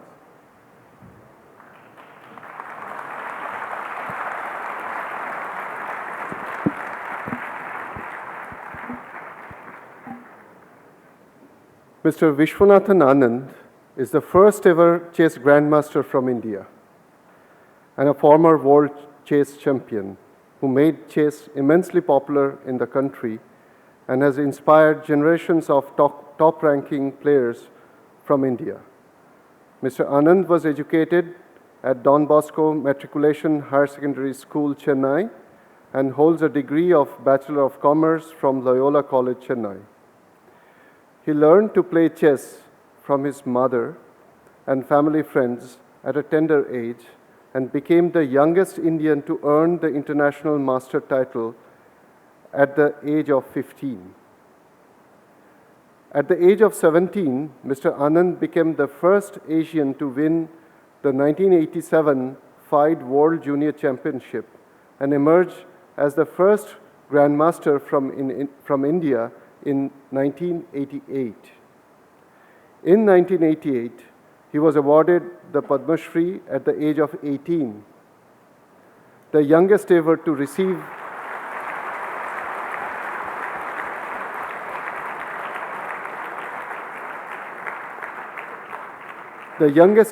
receive this national award. Mr. Anand won the FIDE World Chess Championship in 2000 for the first time and thereby became the first Indian to win the coveted world title. Mr. Anand once again became the world champion in 2007 by winning that year's FIDE World Championship tournament, defeating a host of top-class chess players in the world. This second victory made him the undisputed world chess champion since the tournament represented the reunification of the FIDE World Championship and its rival Classical World Championship held by Mr. Vladimir Kramnik. Mr. Anand successfully defended his World Chess Championship in 2008, 2010, and 2012. Mr. Anand is the only player to have won the World Chess Championship in tournament, match, and knockout format, as well as in rapid time control mode.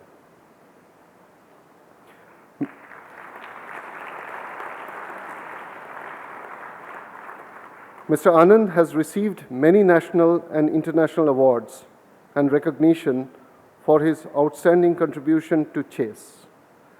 The Indian government awarded him the Arjuna Award 1985, Padma Shri 1988, the inaugural Rajiv Gandhi Khel Ratna Award 1992, Padma Bhushan 2001, and the Padma Vibhushan 2007.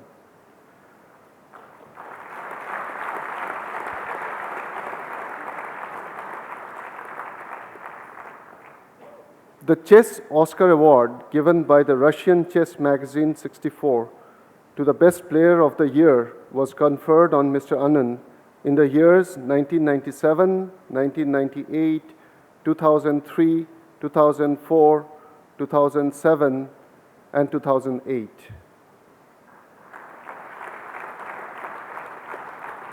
Mr. Anand also received Jamio de Oro, the highest honor given by the government of Spain, the Global Strategist Award by NASCOM 2011, and the Russian Order of Friendship Award 2014.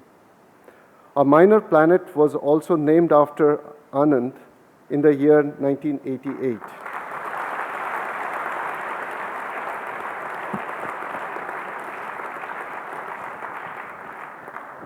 It is both an honor and privilege that Mr. Viswanathan Anand is present on this day, the 28th of June 2016, to receive the degree of Doctor of Science honoris causa at the 49th convocation. I request Chairman Senate to please come forward for award of Doctor of Science honoris causa to Mr. Viswanathan Anand.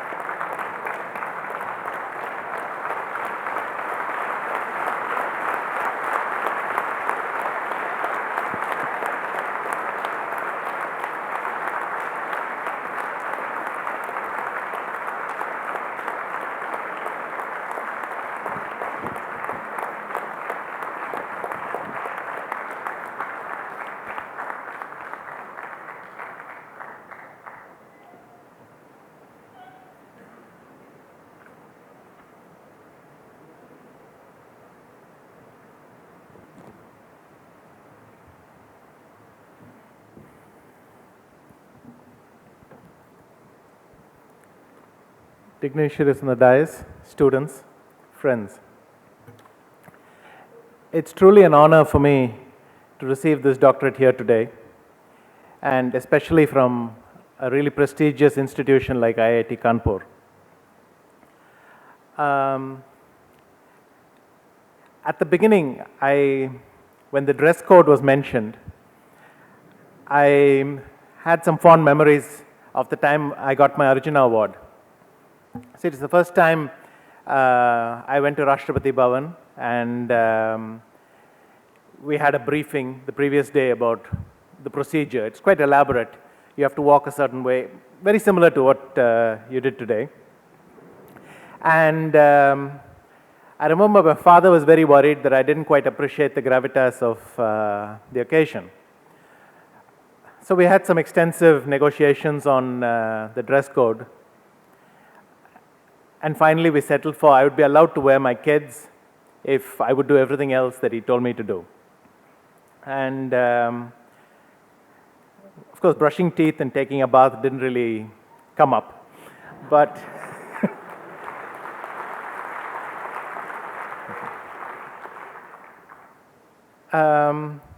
I'd like to congratulate, first of all the graduates and medal winners today. It's truly a very special occasion for you, and believe me, I feel how happy you are. In 1987, I became India's first Grandmaster. This was a very special title. First of all, there was the challenge of becoming Grandmaster. For about 4 or 5 years, the one question people would ask you when you said that you were a chess player was, how come we don't have any Grandmasters? So it was a very, very big deal then. And I'd been trying for 3 or 4 years, always missing very narrowly the requirements. And then in December 87, I suddenly did it very quickly. One tournament in Delhi, followed by a tournament in Coimbatore just a week afterwards, and I completed my title. So I'd also become World Junior Champion a few months earlier, the first Asian ever to become World Junior Champion. And so this was a very special time. I mean, I felt I had achieved everything, you know, life seemed wonderful. Now when I went to a tournament, the organizers invited me, they would come and meet me in the airport, pick me up, I would get special conditions everywhere. So you could really feel that something had changed. You felt wonderful. But the first 6 months after I became a Grandmaster, let me put it this way, I wouldn't have become a Grandmaster in those 6 months because I no longer met any of the requirements. Instead of doing well in tournaments, I was suddenly finishing in the middle. And it was a very strange period for me because it looked very promising and then suddenly it fizzled out. Later on, as I started to speak with other Grandmasters, they told me that the same thing had happened to them in a very similar fashion. Right after they got the title, they suddenly couldn't do anything anymore. And you see, for many years, you're completely conditioned by the title. I knew that the moment I got to a tournament, I knew what my target was. It was 75% or 72% or some number like that. And that immediately meant that it was automatic. I knew what I had to aim for. But after becoming a Grandmaster, and a Grandmaster title is never taken away, I suddenly went to every tournament and I didn't have a clear goal in front of me. I could get the Grandmaster norm, but if I made half a point less, there was no big deal.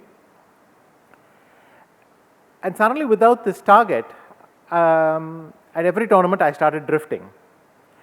By August, so I got the title, like I said, in December the previous year, but by August, I'd more or less gotten fed up of doing badly.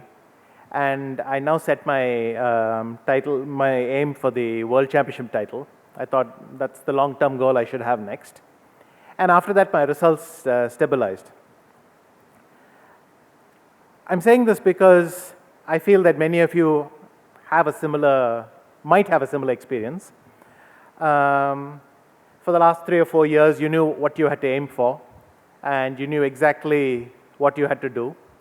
And today is a wonderful day, and by no means am I telling you not to enjoy yourself or be very happy. But very soon, it's important for you to have some fresh goal, something you're aiming for. It's also important to constantly try to learn new things. And so even when I became a Grandmaster, I found that there are many areas of my chess that I needed to keep working on in order to get better. Somehow, for a while, it only mattered if I could make that score, but now I could even try for higher scores. And my experience then has repeated itself often. When I became world champion many years later, I had a similar feeling. For a couple of months afterwards, you didn't know what to do with yourself. And I'd already aware of my experience as a Grandmaster. It's something that I often remind myself even today. So I will just conclude by saying this. Remember that what you've done today is a great achievement, but that excellence is a journey. And it's something that you should always aim for. Set fresh goals for yourself. I want to wish you all the very best. I'm sure you'll go on to do great things and bring a lot of credit to this institution, IIT Kanpur. I will try to do the same. Thank you very much.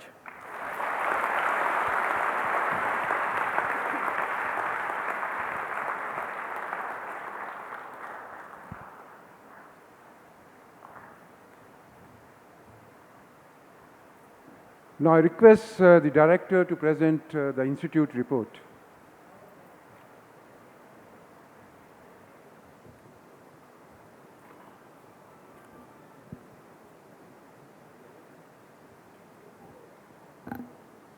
Honorable Chief Guest, Dr. Arvind Panagaria, recipient of Padma Bhushan, Vice Chairman, Niti Aayog, Mr. R.C. Bhargav, recipient of Padma Bhushan, Honorable Chairman, Board of Governors of Indian Institute of Technology, Kanpur, Mr. Viswanathan Anand, recipient of Padma Bhushan, Chess Grandmaster and former World Chess Champion, members of the Board of Governors, members of the Academic Senate, all graduating students and their family members, members of the faculty, alumni, staff, and student community, invited dignitaries, guests, and members of the media. I heartily welcome you all to the second session of the 49th convocation of the Indian Institute of Technology, Kanpur. Established in 1959, IIT Kanpur is the fourth oldest among the initial group of IITs created to set a new benchmark of modern engineering education in the country. Since inception, IIT Kanpur distinguished itself as the pioneer of science-based engineering education in India, aided by a decade-long fruitful collaboration with a consortium of 9 US universities under the Kanpur Indo-American program. In the last 56 years, IIT Kanpur has delivered the gold standard of education and research in engineering and technology. Introducing computer science and material science as new disciplines of interdisciplinary education as early as in 1970s are the two hallmarks that bear testimony to the pioneering contributions of IIT Kanpur in engineering education in India. In fact, the three unquestionable contributions or attributes that places IIT Kanpur in the topmost bracket in India and abroad are creation of the standard of engineering education, the best of research conducted in engineering and technology, and the product, the alumni. The next aim is translation. Translation of knowledge into technology and economic prosperity. I'm happy to report that the Government of India has asked IIT Kanpur to lead nationally the two major initiatives that the Government of India has launched in the recent past, impacting research, innovation, and technology, or IMPRINT, and Namame Gange. It is no wonder that India Today, the most widely circulated magazine in the country, has found IIT Kanpur to be the topmost engineering school for the last 3 successive years, 2014, 15, and 16.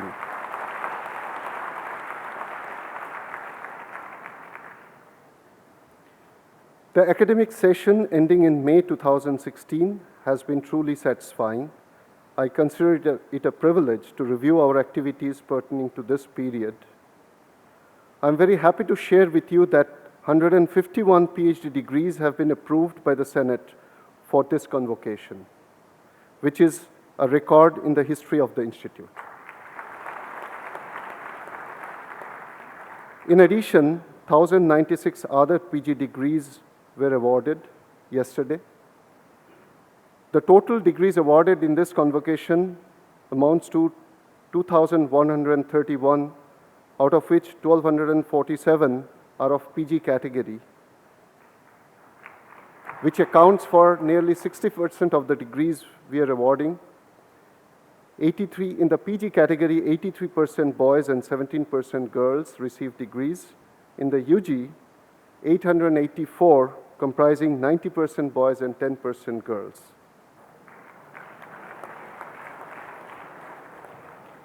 To keep pace with the evolving knowledge in science and technology space, 28 new undergraduate and 54 new postgraduate courses have been approved by the Academic Senate during the academic year 2015 and 16.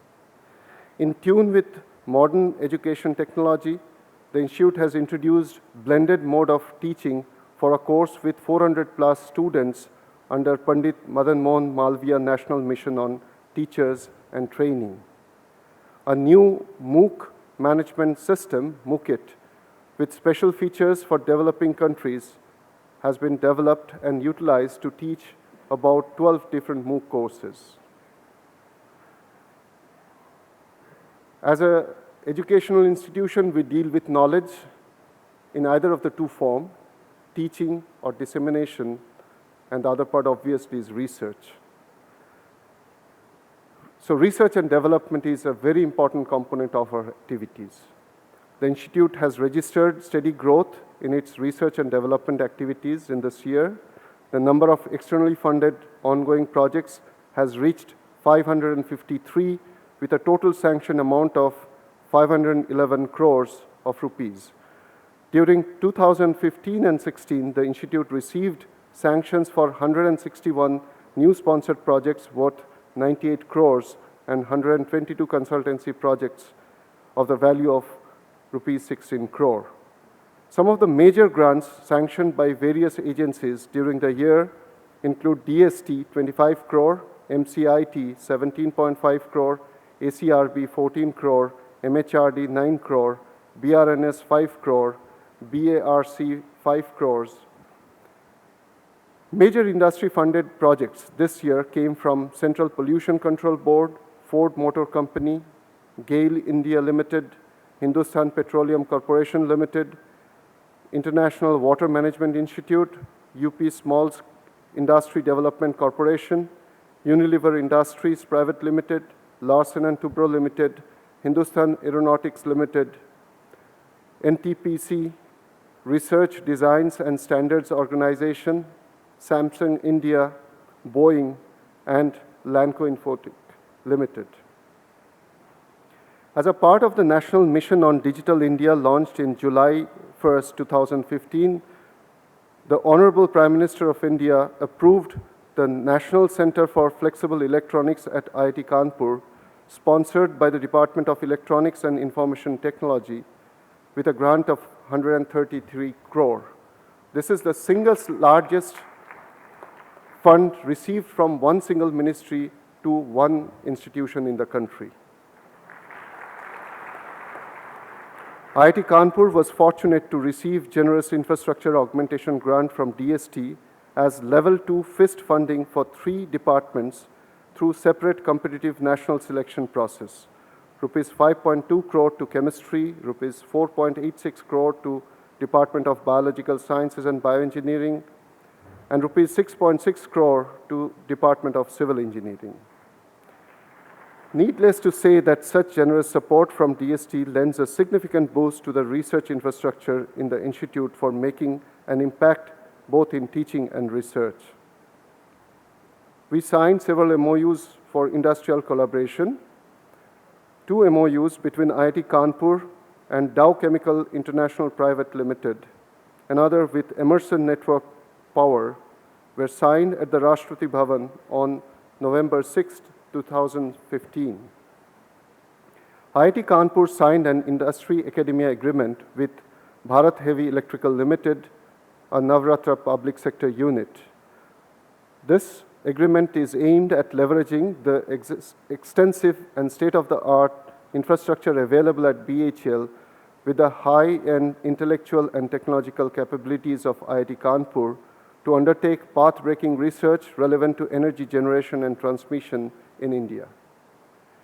On 15th October 2015, IIT Kanpur hosted a large delegation from the IT giant TCS, led by their CTO, Mr. K. Anand Krishnan, as a part of the TCS Innovation Day drive, in which many faculty members and students participated to explore the possibility of carrying out collaborative research and create research cafe for freewheeling interaction between TCS professionals and research scholars and faculty members of IIT Kanpur. As an institute of technology, we are mandated to promote development and translation of technology. To assert our intention, the institute celebrated Technology Day on 11th May 2016 for the first time. Dr. R.K. Sinha, Homi Bhabha Chair Professor and a former chairman of the Atomic Energy Commission, graced the occasion as the chief guest. 2 invited lectures were delivered by Mr. Vishnu Agarwal, CMD Technical Associates Limited and an alumnus, and Mr. Rajiv Kumar, CEO, HAL Associates. During the year, 45 patents, including 7 design patents, were filed. 7 earlier filed patents were granted, besides getting 4 technologies licensed for commercialization. The earning from the intellectual property this year stands at 17 lakhs. Till date, 344 Indian patents have been filed, out of which 34 patents have been granted so far, Altogether, 53 technologies have been licensed for commercialization. A total of 24 companies are currently incubated at the SIDBI Innovation and Incubation Center at IIT Kanpur. 35 companies have already graduated till date. Arav Unmanned Systems, an unmanned aerial vehicles startup incubated at IIT Kanpur, has raised the next level of funding from 3 different companies.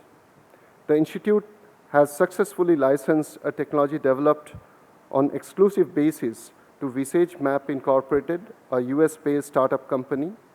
An incubate company, GT Silicon Private Limited, has been adjudged the top 10 promising startups in the CII Industrial Innovation Award 2015. The pedestrian navigation technology of this company has won DST Lockheed Martin India Innovation Growth Program 2015 award. Single Labs Private Limited, an incubate company, won the 2015 AABI Torch Award for Internationalization. Shabda Nagari, a Hindi social networking portal, has raised rupees 1.2 crore in angel investment from Kanpur Angels and a clutch of other investors. The Bio Incubator at SIIC was inaugurated on 4th March 2016 under the Bio Incubator Support System. This is going to be a huge fillip for budding entrepreneurs working in the area of biotechnology, biopharma, and biomedical devices. The Institute is keen to promote international collaboration, host international scholars and academics, and pursue joint degrees and collaborative research in a big way.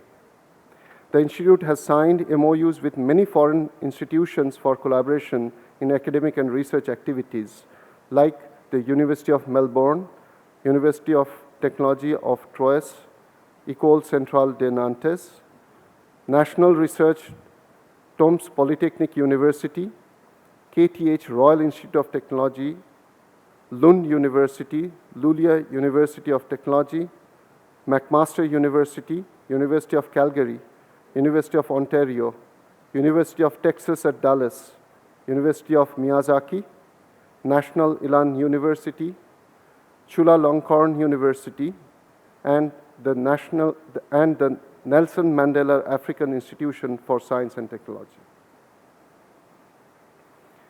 During the financial year 2015 and 16, the Institute received rupees 412.7 lakhs from 750 donations made by 642 donors, 461 of them from India and 181 from abroad.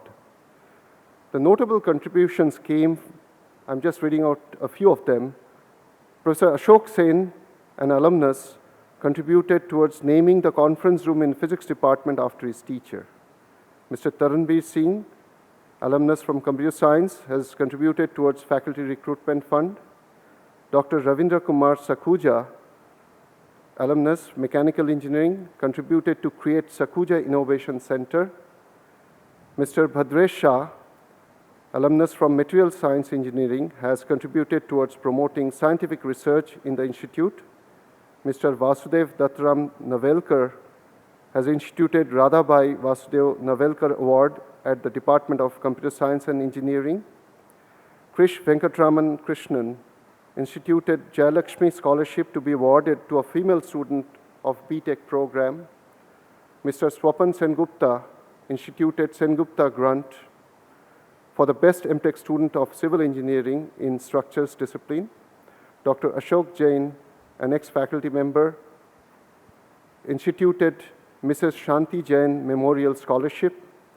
Mr. Santosh Mehra topped up an Anita and Santosh Mehra Scholarship instituted in 2010.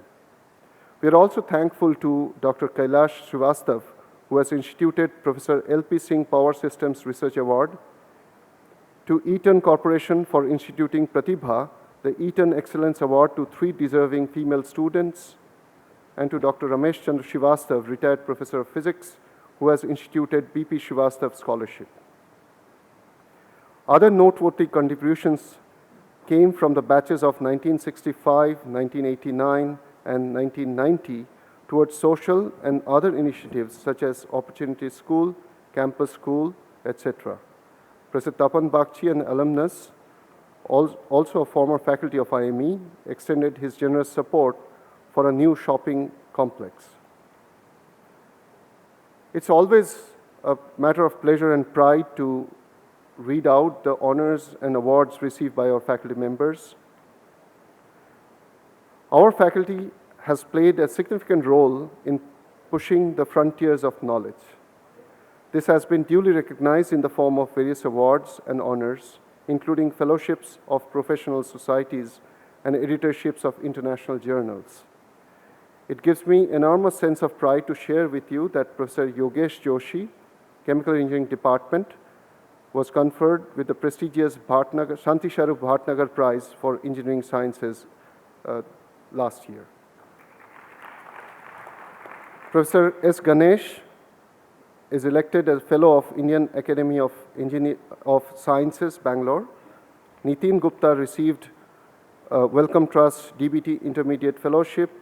Sandeep Shukla and Shilpi Gupta received Ramanujam Fellowship from SERB. Ashish Patra received JSPS Innovation Fellowship from Japan. Sandeep Verma has been elected a Fellow of the Indian National Science Academy. Manas Ghorai and S.N. Tripathi have been elected Fellow of the National Academy of Sciences, India. Devabrata Goswami has been elected a Fellow of the Royal Society of Chemistry, UK. S.N. Tripathi and Avinash Agarwal have been elected Fellows of the Indian National Academy of Engineering. Jayandaran J. Rao received the prestigious Birla Science Prize. Manindra Agarwal received Nasi Reliance Platinum Jubilee Award for the National Academy of Sciences, India. Nitin Saxena and Nilesh P. Gurao received INSA Young Scientist Medal for the year 2015. Professor K. Sherry received Bronze Medal from Chemical Research Society of India. R. Gurunath, J.N. Murthy, and Sandeep Verma, all from chemistry, delivered the Platinum Jubilee Lectures of the Indian Science Congress in 2015. Amlendu Chandra received Silver Medal from Chemical Research Society of India. Jiten Bera has been selected for the Department of Atomic Energy Science Research Council Outstanding Investigator Award 2014. Tarun Gupta has been awarded Scopus Young Scientist Award 2015. Professor Kripashankar and Professor Deepak Majumdar received the Outstanding Teachers Award from Indian National Academy of Engineering 2015. Many prestigious scholarships and awards were received by our students. It's always a matter of pride to read out that. Pranav Ravindra Manre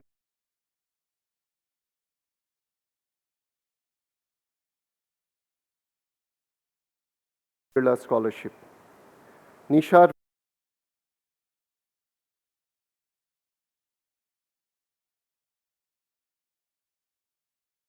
O.P. Jindal Scholarship, and Saksham Agarwal and Hardik Panwara received Honda Yes Prize.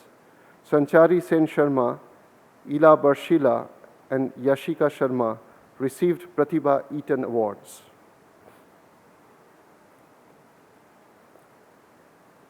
Students are the life and energy of this institute.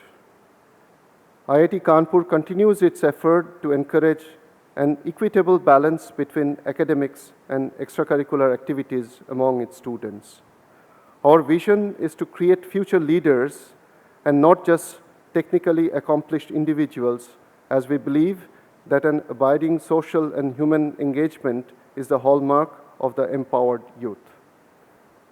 To realize this lofty goal, the Institute nurtures social, cultural, sporting activities pursued by the Students' Gymkhana, which itself is a self-governed body of the Institute.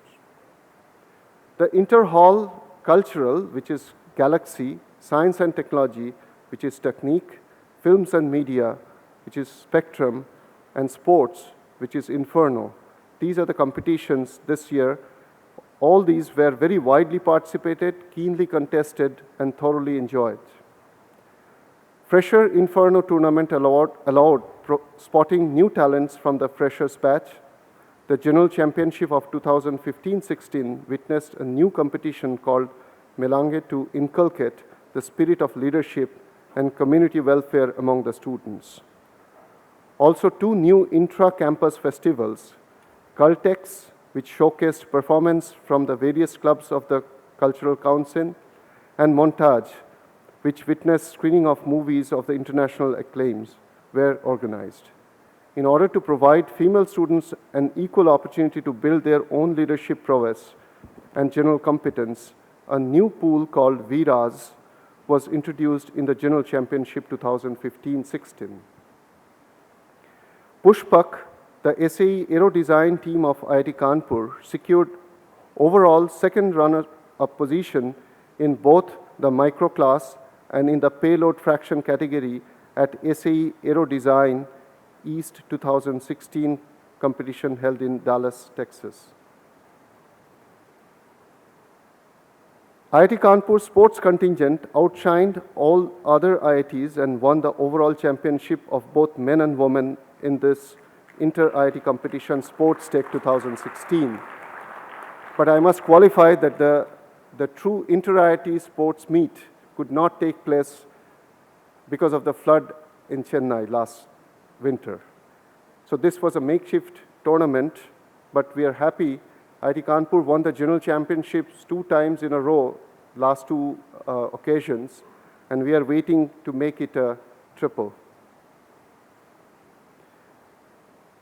The student activities are actually distributed among the Science and Technology Council, Cultural Council, Films and Media Council, Games and Sports Council, and a new one, Anime Society.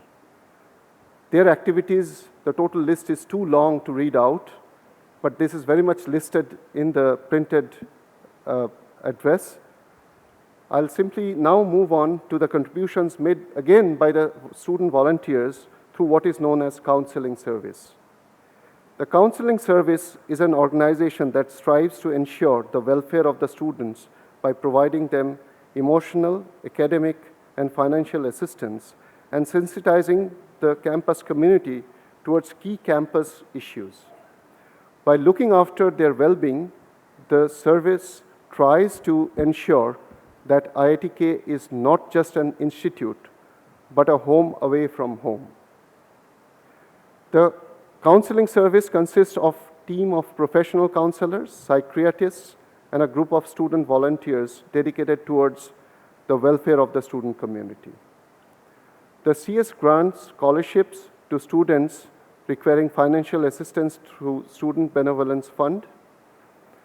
This is for students who demonstrate financial need but could not acquire finance from the institute or any other means.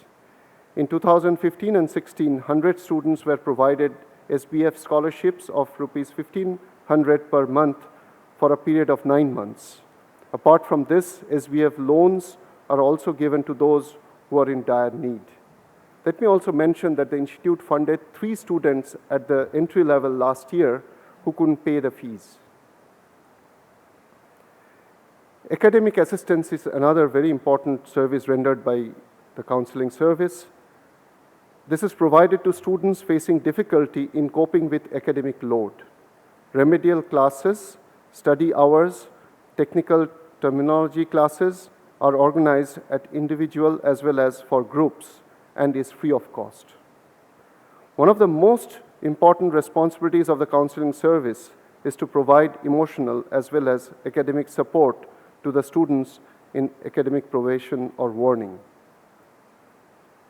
Each year, an orientation program is organized for the freshmen before the start of the session to acquaint themselves with the facilities, services, personnel, rules, and regulations of the institute to facilitate a smooth transition into the life of IIT Kanpur. We wish to strengthen this with a career development cell which has already been formed to make them fully equipped to face the challenge of the professional life.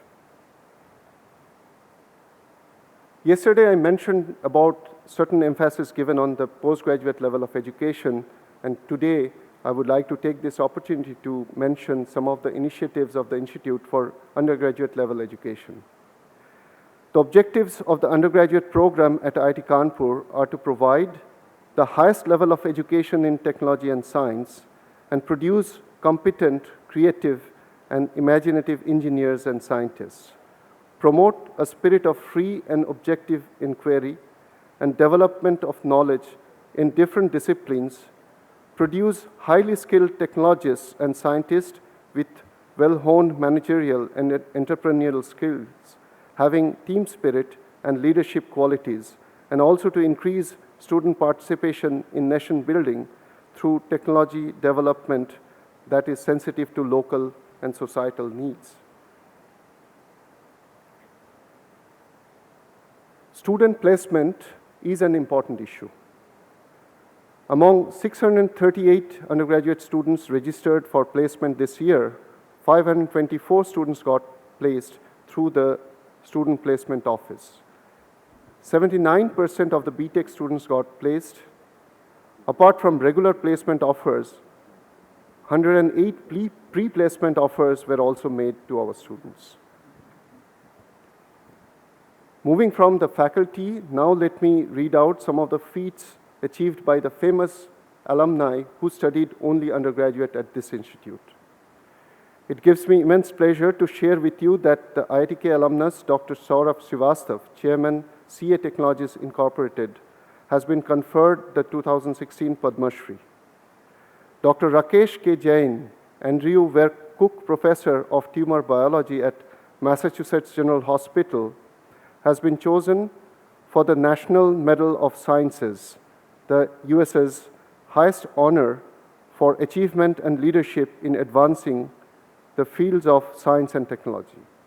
President Obama felicitated the 65-year-old Indian-American professor at the Harvard Medical School with the US highest honor at a White House ceremony recently. Professor Veena Sarajwala, who is a Scientia Professor of Material Science at the University of New South Wales, Australia, received 2015 Australian Financial Review and Westpac Group 100 Women of Influence Award in Innovation category. Professor Arup Chakravarti, professor at MIT, has been elected to the National Academy of Sciences, USA. Mr. Varun Khaitan and Mr. Abhiraj Pal, co-founder of Urban Clap, received Startup of the Year 2015 award by the Financial Times. Transverse Technologies Private Limited, co-founded by our alumni, Mr. Ashwini Kumar Rawat and Mr. Amar Chaturvedi, is the only Indian startup to win at the India's International Startup Summit held in Goa. Mr. Saroj Kumar Jha is being appointed as the Senior Director of the World Bank's Fragility, Conflict and Violence Group in February 2016. Resource mobilization is a priority. The total grant in aid received during the financial year 2015-16 from the ministry under non-plan was 199.85 crore and under plan 197.5 crore. This means per student the government invested about 6.25 lakhs during the last financial year. The institute recognizes competing priorities of government funds and therefore needs to augment its internal resources to further enhance its research capabilities and provide more enriched student experience. That allows me to make a fundraising appeal to all those who are graduating today. At IIT Kanpur, we have several initiatives like faculty chairs, young faculty research fellowships, scholarships, awards for students, community outreach activities, student projects, student travel assistance, infrastructure, and various research projects which have gained immense success. The institute is keen on strengthening the existing ties between the alumni and the institute. To continue fulfilling our goals of novel research and discovery, knowledge creation, generating commercially viable patents, spin-off ventures, we need to set up a state-of-the-art research complex for further improving research infrastructure of the campus. Moreover, with the increased student strength, a need for capacity expansion has been felt since long. Additional laboratory infrastructure for core courses and additional space for academic activities of various departments are the need of the hour, for which we need financial support and generous contributions from all our esteemed alumni and well-wishers. I encourage you to extend your gracious support towards bolstering the Institute's R&D environment and thus enthuse the student and faculty of IIT Kanpur. The greatest souls of our country have always emphasized that the final goal of education is to offer not a mere certificate or recognized training, but to inculcate the power of freedom from ignorance, prejudice, and vanity. I would like to recollect few lines from Gitanjali. This is my prayer to thee, my Lord. Give me the strength, make my love fruitful in service. Give me the strength never to disown the poor or bend my knees before insolent might. And give me the strength to surrender my strength to thy will with love. Dear degree recipients, convocation is the most important academic function of any university and the proudest moment to those who are graduating today.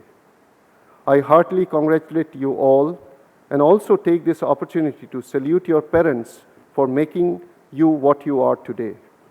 Now that you are ready to embark on a bigger voyage towards greater glory, I wish to implore upon you to pause and reflect on some of the thoughts that I have shared with you, along with the sacred oath that you have taken a while ago. As I often quote, and as what Mr. Viswanathan Anand mentioned a while ago, life is a long walk of many miles and milestones. This coveted degree scroll that you have earned today should certainly count as one such important landmark in your life. However, let this be one among the many more to come and not the only one. We all fervently hope and pray that you will continue to thrive, conquer newer challenges, and make us more proud in days to come.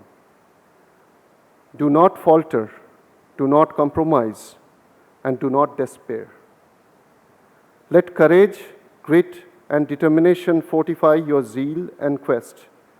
Let your profession and society at large prosper from your prosperity.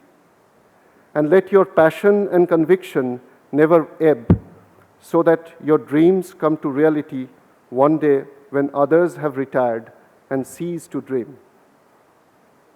Before you graduate and melt into professional life, I would like to request you to give a few moments of solitary rumination over the following questions that you should ask yourselves. What did I earn? What did I learn? What do I want? What do others expect of me? And finally, what can I give back? May God bless you with health, happiness, and peace. May you prove yourself a worthy son or daughter of this great nation. May each one of you scale so high that we never tire of extolling you and basking in your glory. Above all, may your unstinted effort turn victorious sooner than later.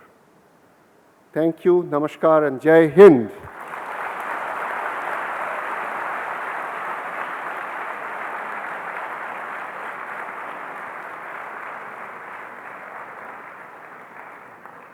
Now I invite our Chairman, Board of Governors, Mr. R.C. Bhargava, for his address.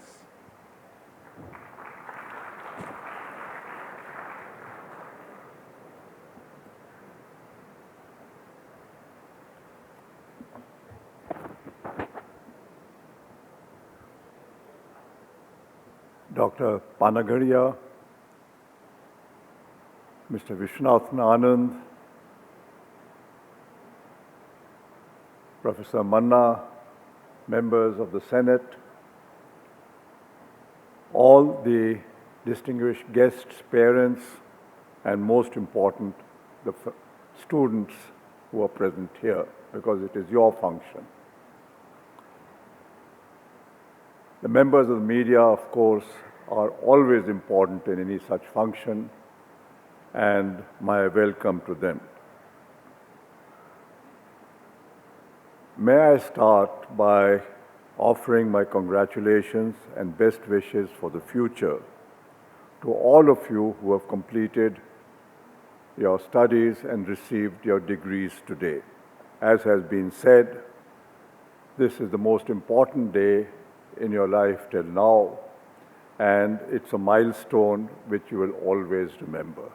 It's the beginning of your journey in the world without the protection of your parents, without the protection of an institution. You will be out on your own. So, all the very best for that. I haven't been chairman of this institute for a long time and still learning much about the institute. However, I'm very well aware that IIT Kanpur is an outstanding institution. It has produced people who have gone on to achieve great heights in various fields, not only in India, but in all parts of the world. The quality of an institution and its reputation in the world is largely determined by the products of that institution. And I think the fact that the IIT Kanpur is held in such high esteem is because of the products of the IIT Kanpur. For this, I think the entire faculty and the directors of the IIT need to be congratulated. It's also important, I think, for an institution that people in the institution should have the desire to build that institution, to have great pride in that institution, to have a passion for that institution. Because it is that passion and that desire to be part of an institution which is held in high esteem, which really provides the motivation to keep excelling. And I think that is something which we must always keep aware of. The director has already mentioned that the technological capabilities of the IIT are well recognized in terms of the various important programs like Imprint, the Ganga Basin Development, startup programs and all which have been entrusted to us. And I think that is only a reflection of the excellence and the reputation for excellence which this institute enjoys. I believe the main reason why I, as a non-academic, was selected to be the chairman of the IIT Kanpur is that there is now a very great desire in government that there must be much closer interaction between industry and academia. It is an unhappy reality that over the years we have not been able to bring industry and academics as close in their functioning as is really desirable. Closing this gap is an essential step towards realizing the priority object of making in India and creating employment for the millions of young people who will be entering the workforce every year. Creating such employment opportunities for all these young entrants to the workforce is an absolute necessity for creating an equitable society and for avoiding and reducing the tensions which will otherwise inevitably develop between the haves and the have-nots. We have to be aware of this and understand that creating jobs, following the policies which government has laid down for creating jobs, understanding how jobs are created and what that employs, is something which all of us who are concerned about the future of this country must be aware of at all times. We cannot now afford to forget that creation of jobs is possibly the most important challenge facing us in India. And it is especially important for people like you who have your entire lives before you, because I believe the bulk of you will live in India, will find your future in India, and you have to make sure that India becomes a country where you're proud to live in. We need to realize also that industry works in an increasingly competitive environment. Anything that will help competitiveness of industry would be most welcome by industry and by the nation. At the same time, industry would not make investments in any activity where it is not possible to see reasonable returns on the money which is invested. Mostly this money is shareholders' money, and you do not wish to gamble with this money unless there's a reasonable chance of success. I believe the interaction of industry and academia will come about if both understand the importance of getting more competitive and of doing things which are reasonably assured of producing good results. Both industry and the Senate and faculty of the IIT need to keep this in mind and debate what is the course of action which will make this happen. Over the last 65 years, we have made outstanding progress in many areas. These are there for all of us to see and are a matter of national pride. But these achievements should not result in our overlooking our failures. As I have said, the biggest challenge we face is creating productive and sustainable jobs for our population. We have, over the years, helped our weaker sections to survive by implementing programs to provide temporary employment like the Manrega, and by giving various subsidies, doles, administered prices and all to make life easier. However, these are not sustainable forever. And these schemes were not accompanied by adequate actions that would lead to creating enough jobs for the population. Therefore, the challenge before us is to make that happen. And as the Prime Minister has repeatedly said, growing the manufacturing sector is absolutely essential for this to happen. Making in India, however, has to be accompanied by making quality in India and making at costs which are competitive. There is no place in today's world for products that are not competitive in terms of quality and price. The manufacturing sector, which has remained at 15 to 16% of the GDP for a long time, will only grow if we manufacture much more competitively. Customers want good, reliable, and consistent quality at reasonable prices. They all have a choice to buy different products, and it is only the products which give them the value they desire which will sell. Products which do not measure up to expectations, therefore, will lead to the demise of their companies. This is where institutions like IITs and the IIT Kanpur become critical.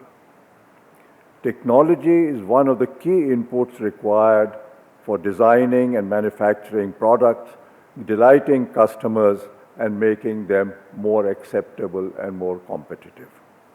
The best minds that are trained to harness technology to achieve this end are therefore required to make the Make in India program a success.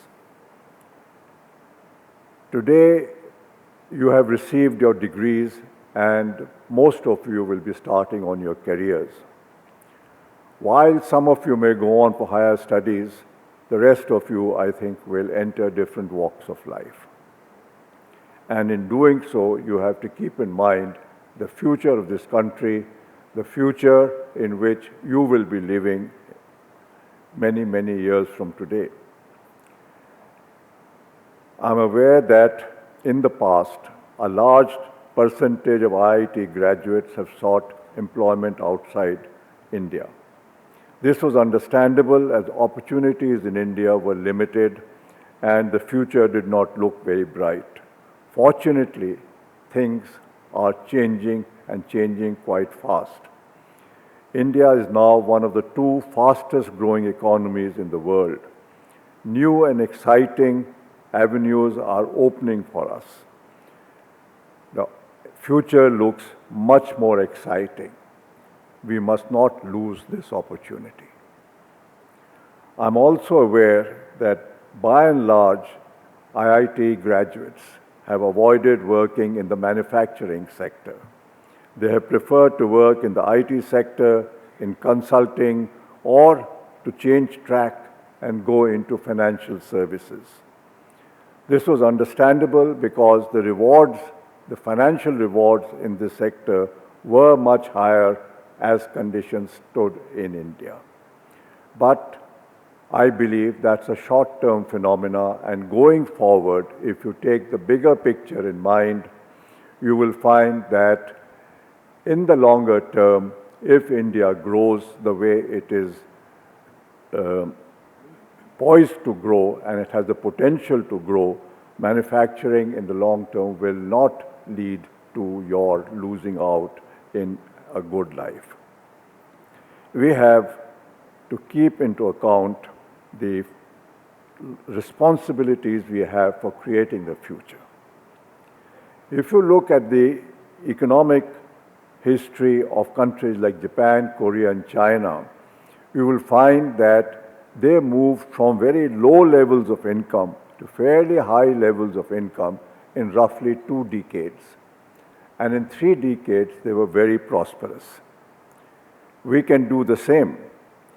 And since you have perhaps 5 decades of working life before you and 6 or 7 decades to live, it is not a long time in which to transform India, and you can do it well within your lifetimes if you determine to do so.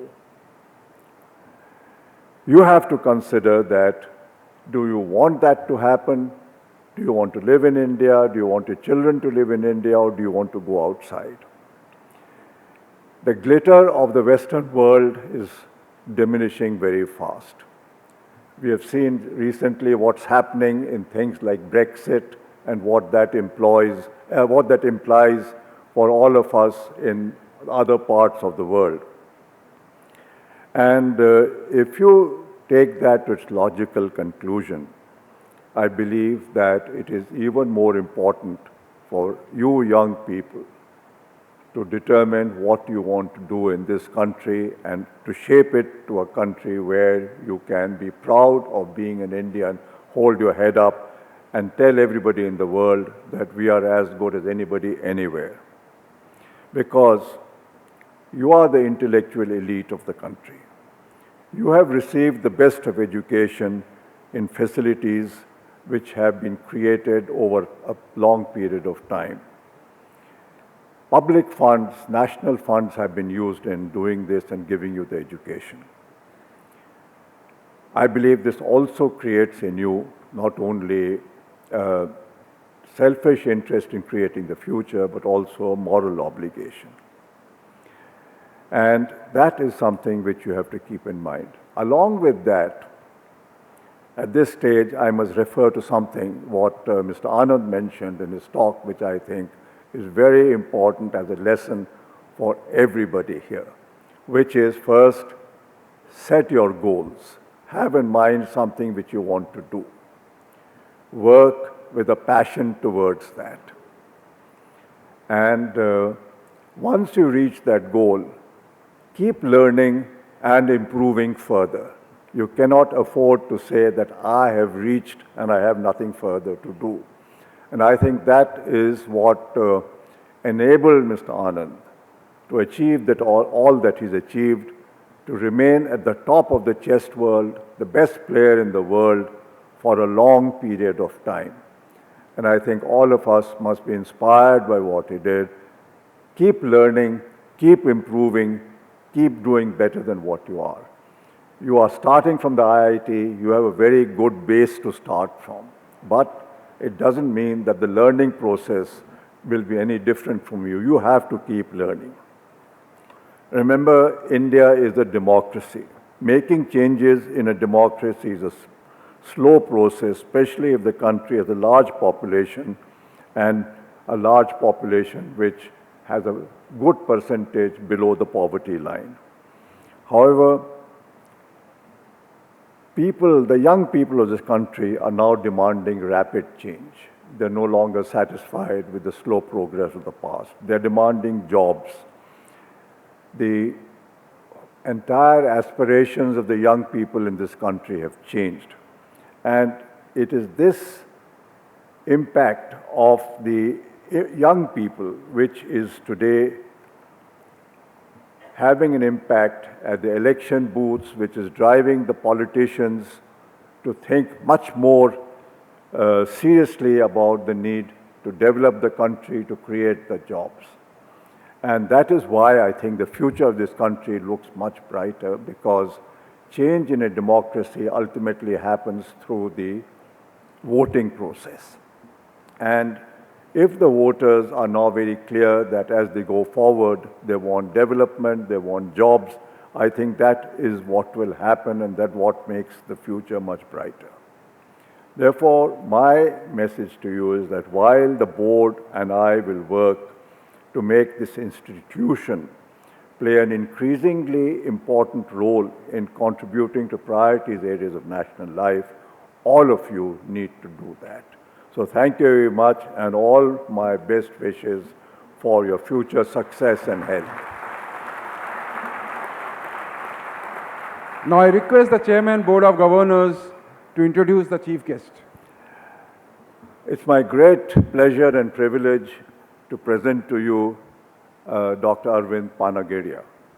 As you know, as the Director has mentioned earlier, he is the Vice Chairman of our Niti Aayog, which is the institution government has created, replacing the Planning Commission, and its purpose is the transformation of India, which is something which I've been talking about, that India is in the process of transformation. Dr. Panagiria is eminently qualified for this post. He has wide experience globally of different types of economic areas. He has been associated with the World Bank, with the IMF, with the World Trade Organization, with UNCTAD. He is the author of more than 15 books. He was chief economist of the Asian Development Bank. And he has been a professor of Indian political economy for a long time in his university. So in all respects, not only does he know what's happening in the world and how it was done, but he is also fully aware of the Indian political scene and how India has been progressing in this area. So I think there could be no better person than Dr. Panagiria to assist and bring about this transformation in India, and we all look forward to his address today. Dr. Panagiria.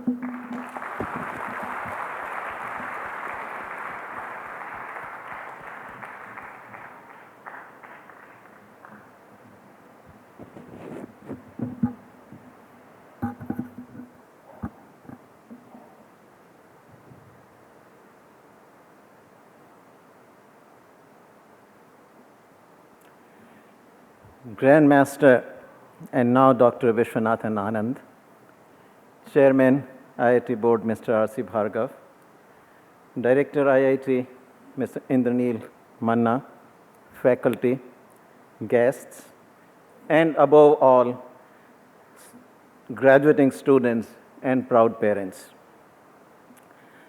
I feel deeply honored to be invited to deliver this convocation address.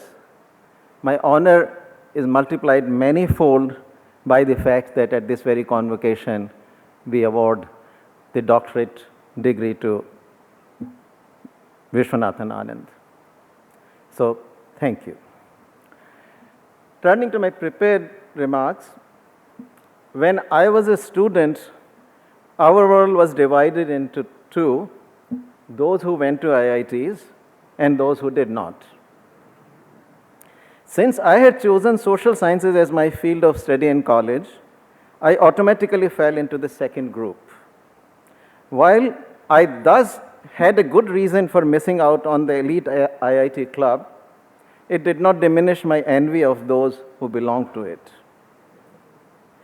Today, I am tempted to think that by virtue of being your convocation speaker, I have crossed over to your exclusive club. But alas, that won't work. You shall forever remain the envy of those who did not get the chance to study at an IIT. Therefore, let me first applaud and congratulate you all. You have already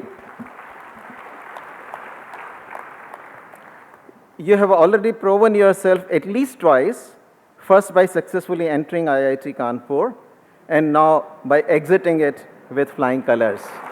Well done. But make no mistake, life's journey is a marathon, not a sprint. It is full of unexpected twists and turns. As you prepare yourselves for the world beyond the one you now leave, many of you would realize that there is no identified final destination in this journey. Others among you would know the next station, but not much else. But do not fear the uncertainty. Instead, embrace it. It is this uncertainty that makes life's journey exciting as well as challenging. In order to succeed in this journey, you will need 4 key elements: intelligence, hard work, persistence, and a little bit of good luck. It is safe to say that by virtue of having successfully completed your degree at IIT Kanpur, you all have intelligence. But because everyone against whom you would be competing will have your intelligence, those among you who work hard will have an edge. However, even hard work would not guarantee ultimate success. Winning a marathon would require perseverance and persistence. Solutions to all complex problems call for not 1, 2, or 3, but many more tries. And these problems would put your patience to test. Finally, success would also require occasional good luck. Recall that even as brilliant a mathematician as Ramanujan had to be discovered by G.H. Hardy. Fortunately, Mother Nature has the habit of spreading its bounty approximately evenly. So if you work hard and persevere, you can count on Lady Luck smiling at you every now and again. The trick is not to give up when luck is eluding you and patiently wait your turn. I once thought that missing the opportunity to do my master's at the Delhi School of Economics, the equivalent of an IIT in my field, was the end of the world. But 3 years later, Princeton happened.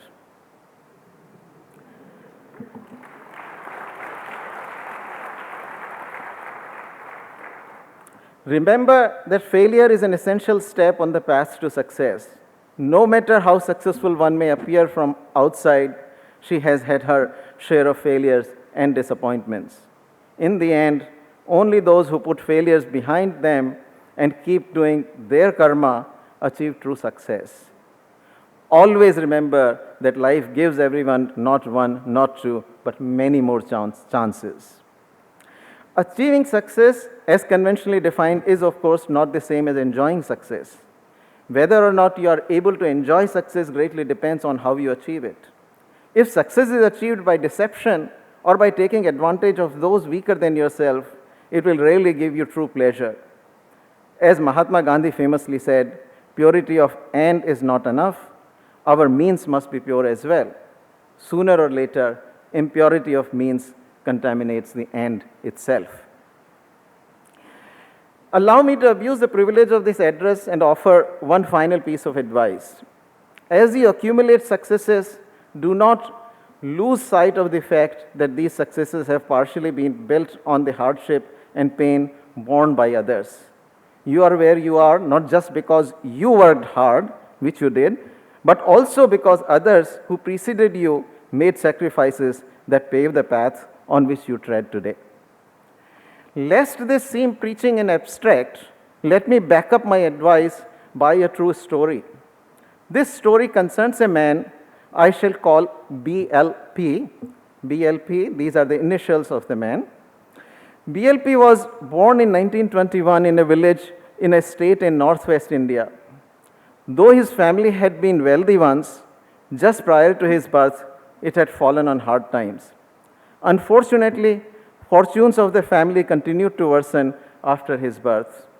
When BLP reached 5 years of age, his father passed away, with the family losing its only breadwinner. The responsibility of raising him and his sister fell squarely on the tender shoulders of his young mother. The family had a tiny piece of land which partially helped meet the requirements of food grain. The mother spent 6 hours per day on the spinning wheel, which allowed her to earn a princely sum of 2 annas, or 1/8 of a rupee per day. Financial condition of the family turned so weak that on most days there was no dal or vegetable to go with roti. Ghee and sugar were luxuries to be enjoyed only on a festival. The village had no school, public or private. But when BLP reached 7 years of age, a teacher showed up in the village and began offering lessons in Hindi and mathematics for a fee of 1 rupee per student per month. Though herself entirely illiterate, BLP's mother had the wisdom and foresight to use a part of her income earned spinning the wheel to educate BLP. But within a few months, she discovered that she could not afford the 1 rupee fee. BLP dropped out of the school. A negotiation followed, and the teacher was persuaded to make a concession and accept BLP for a fee of half a rupee. BLP was able to resume his studies. As luck would have it, the teacher left the village after less than 2 years. Another teacher followed, but also lasted only a year. The mother knew that BLP was talented and therefore wanted him to continue his studies. A chance event created the opportunity for BLP to resume his studies in a nearby village where a middle school existed and where his Mausi lived. So his mother decided to send him, her only son, to live with her sister and study there. On 30th June 1931,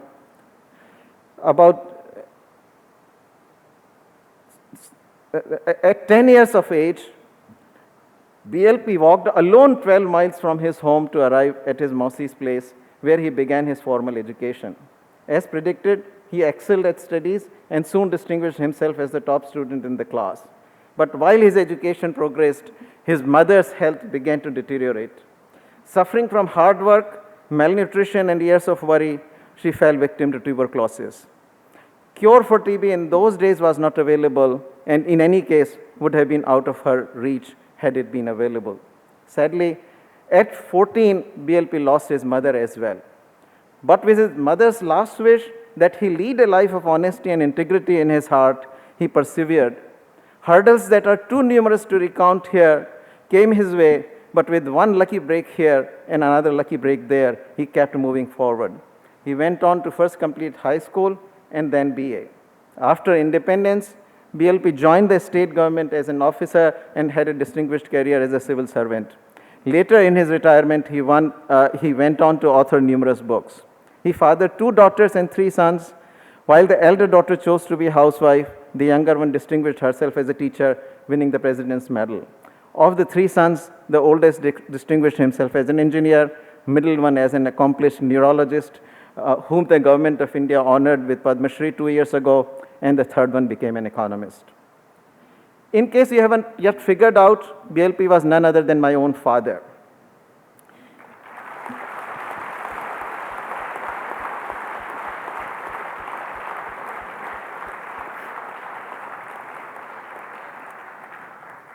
If I stand before you today as a moderately successful economist, it is not just because I worked hard, which I did, but more so because my grandmother gave all she had, including her life, to educate her son.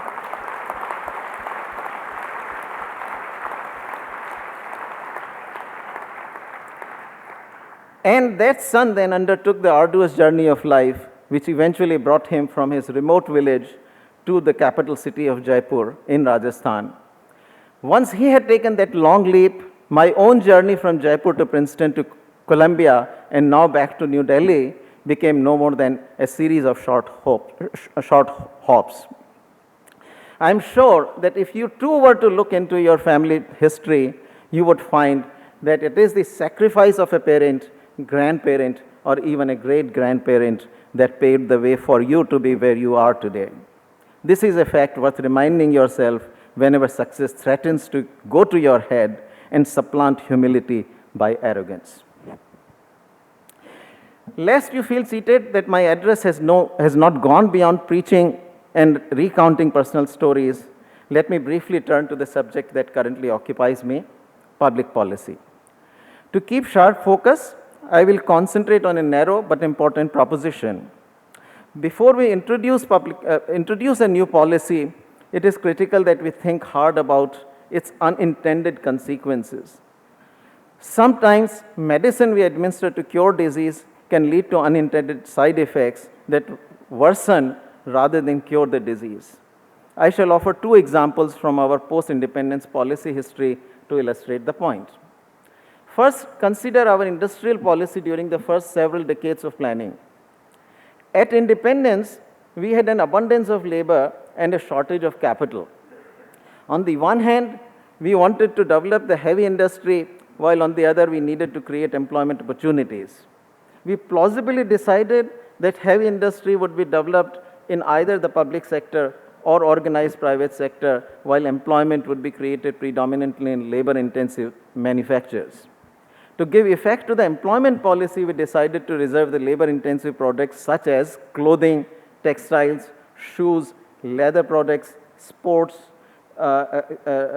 goods, toys, stationery, office products, furniture, household electrical appliances, products that require a lot more labor than capital, for manufacture solely by small-scale enterprises. On the surface, this policy of small-scale industries reservation made sense. Small enterprises would employ more labor per unit of capital, thereby creating more overall employment with the limited capital we had at the time. But unintended consequences of this policy turned out to be devastating. The definition of small enterprises was so restrictive that these enterprises could barely see beyond the local market. They did not have sufficient scale to export their products to the world markets.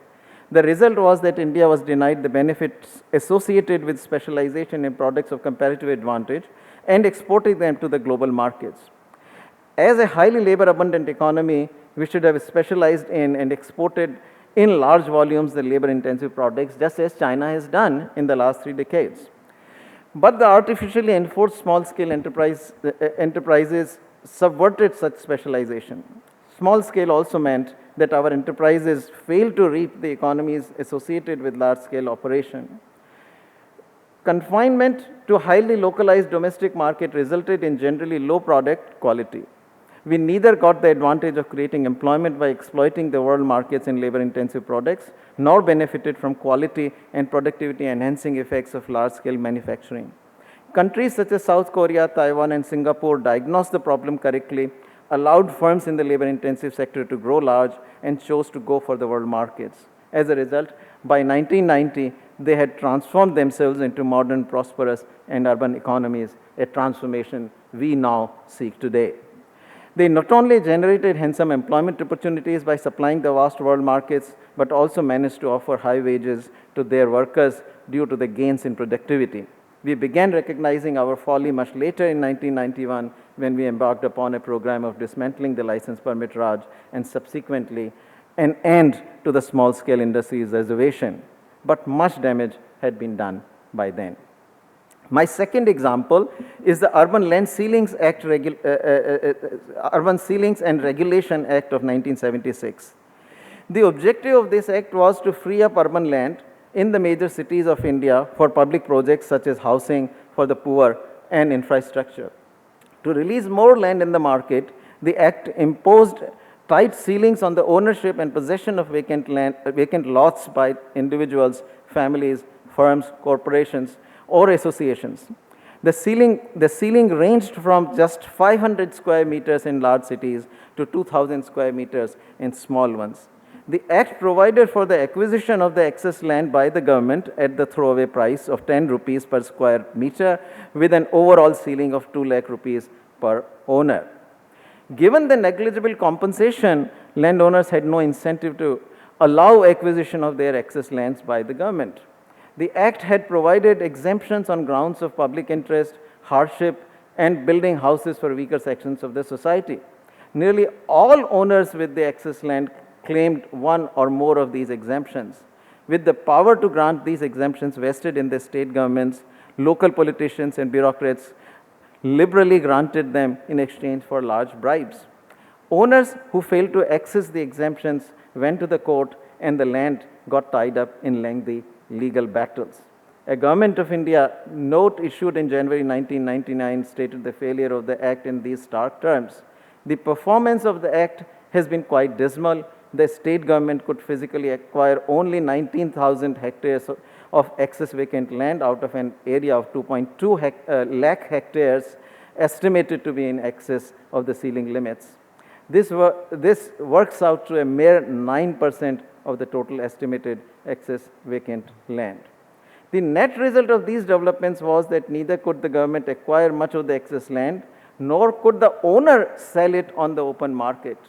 Most Indian cities came to face huge land shortages, with prices in large cities such as Mumbai rivaling those in Tokyo and New York City. Although the central government finally repealed the Act in 1999, the effect of the Act still haunts us because vast volumes of land in the major cities remain tied up in disputes between the government and the landowners. These examples illustrate how policies ostensibly introduced to do good end up doing much harm because we fail to anticipate their unintended consequences. This, however, is true not just in the domain of public policy, but other walks of life as well. Hence the caution, when taking any major action, ponder over what collateral damage that action might do. Let me conclude this address with an appeal to you. Should you decide to do one good deed in life, let that deed be the promotion of the Swachh Bharat Abhiyan of the Prime Minister. We cannot transform the country without also making it clean simultaneously in all its aspects. I have no hesitation in saying that of all the missions that the Prime Minister has launched, Swachh Bharat Abhiyan is by far the most important. Develop the habit to wash your hands with soap the moment you enter home and teach the same to all your family members.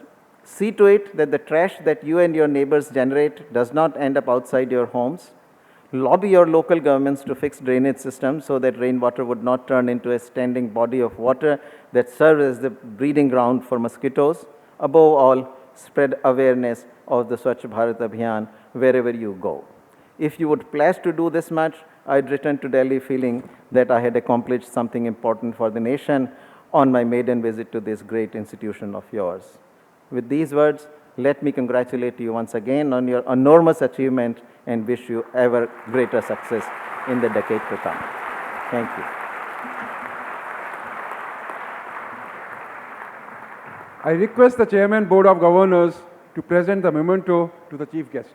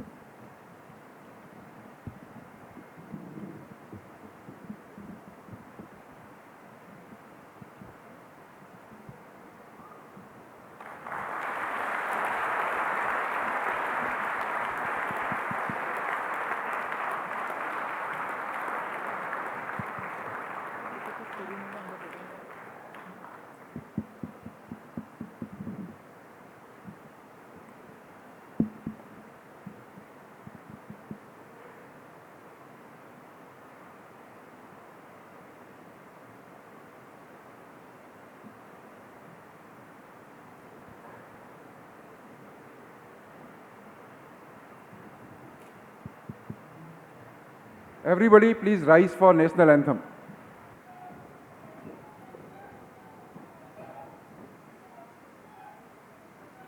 जनगण मन अधिनायक जय हे भारत भाग्य विधाता पंजाब सिंध गुजरात मराठा द्राविड़ उत्कल बंग विंध्य हिमाचल यमुना गंगा उच्छल जलधि तरंग तब शुभ नामे जागे तब शुभ आशीष मागे गाहे तब जय गाथा जनगण मंगलदायक जय हे भारत भाग्य विधाता जय हे जय हे जय हे जय जय जय जय हे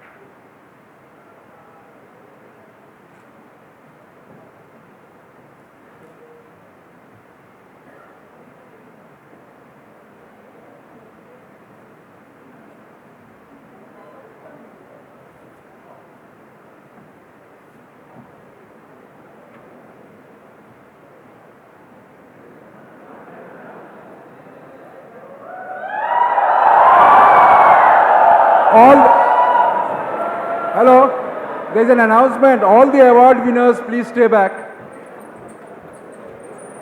Press wants to meet you.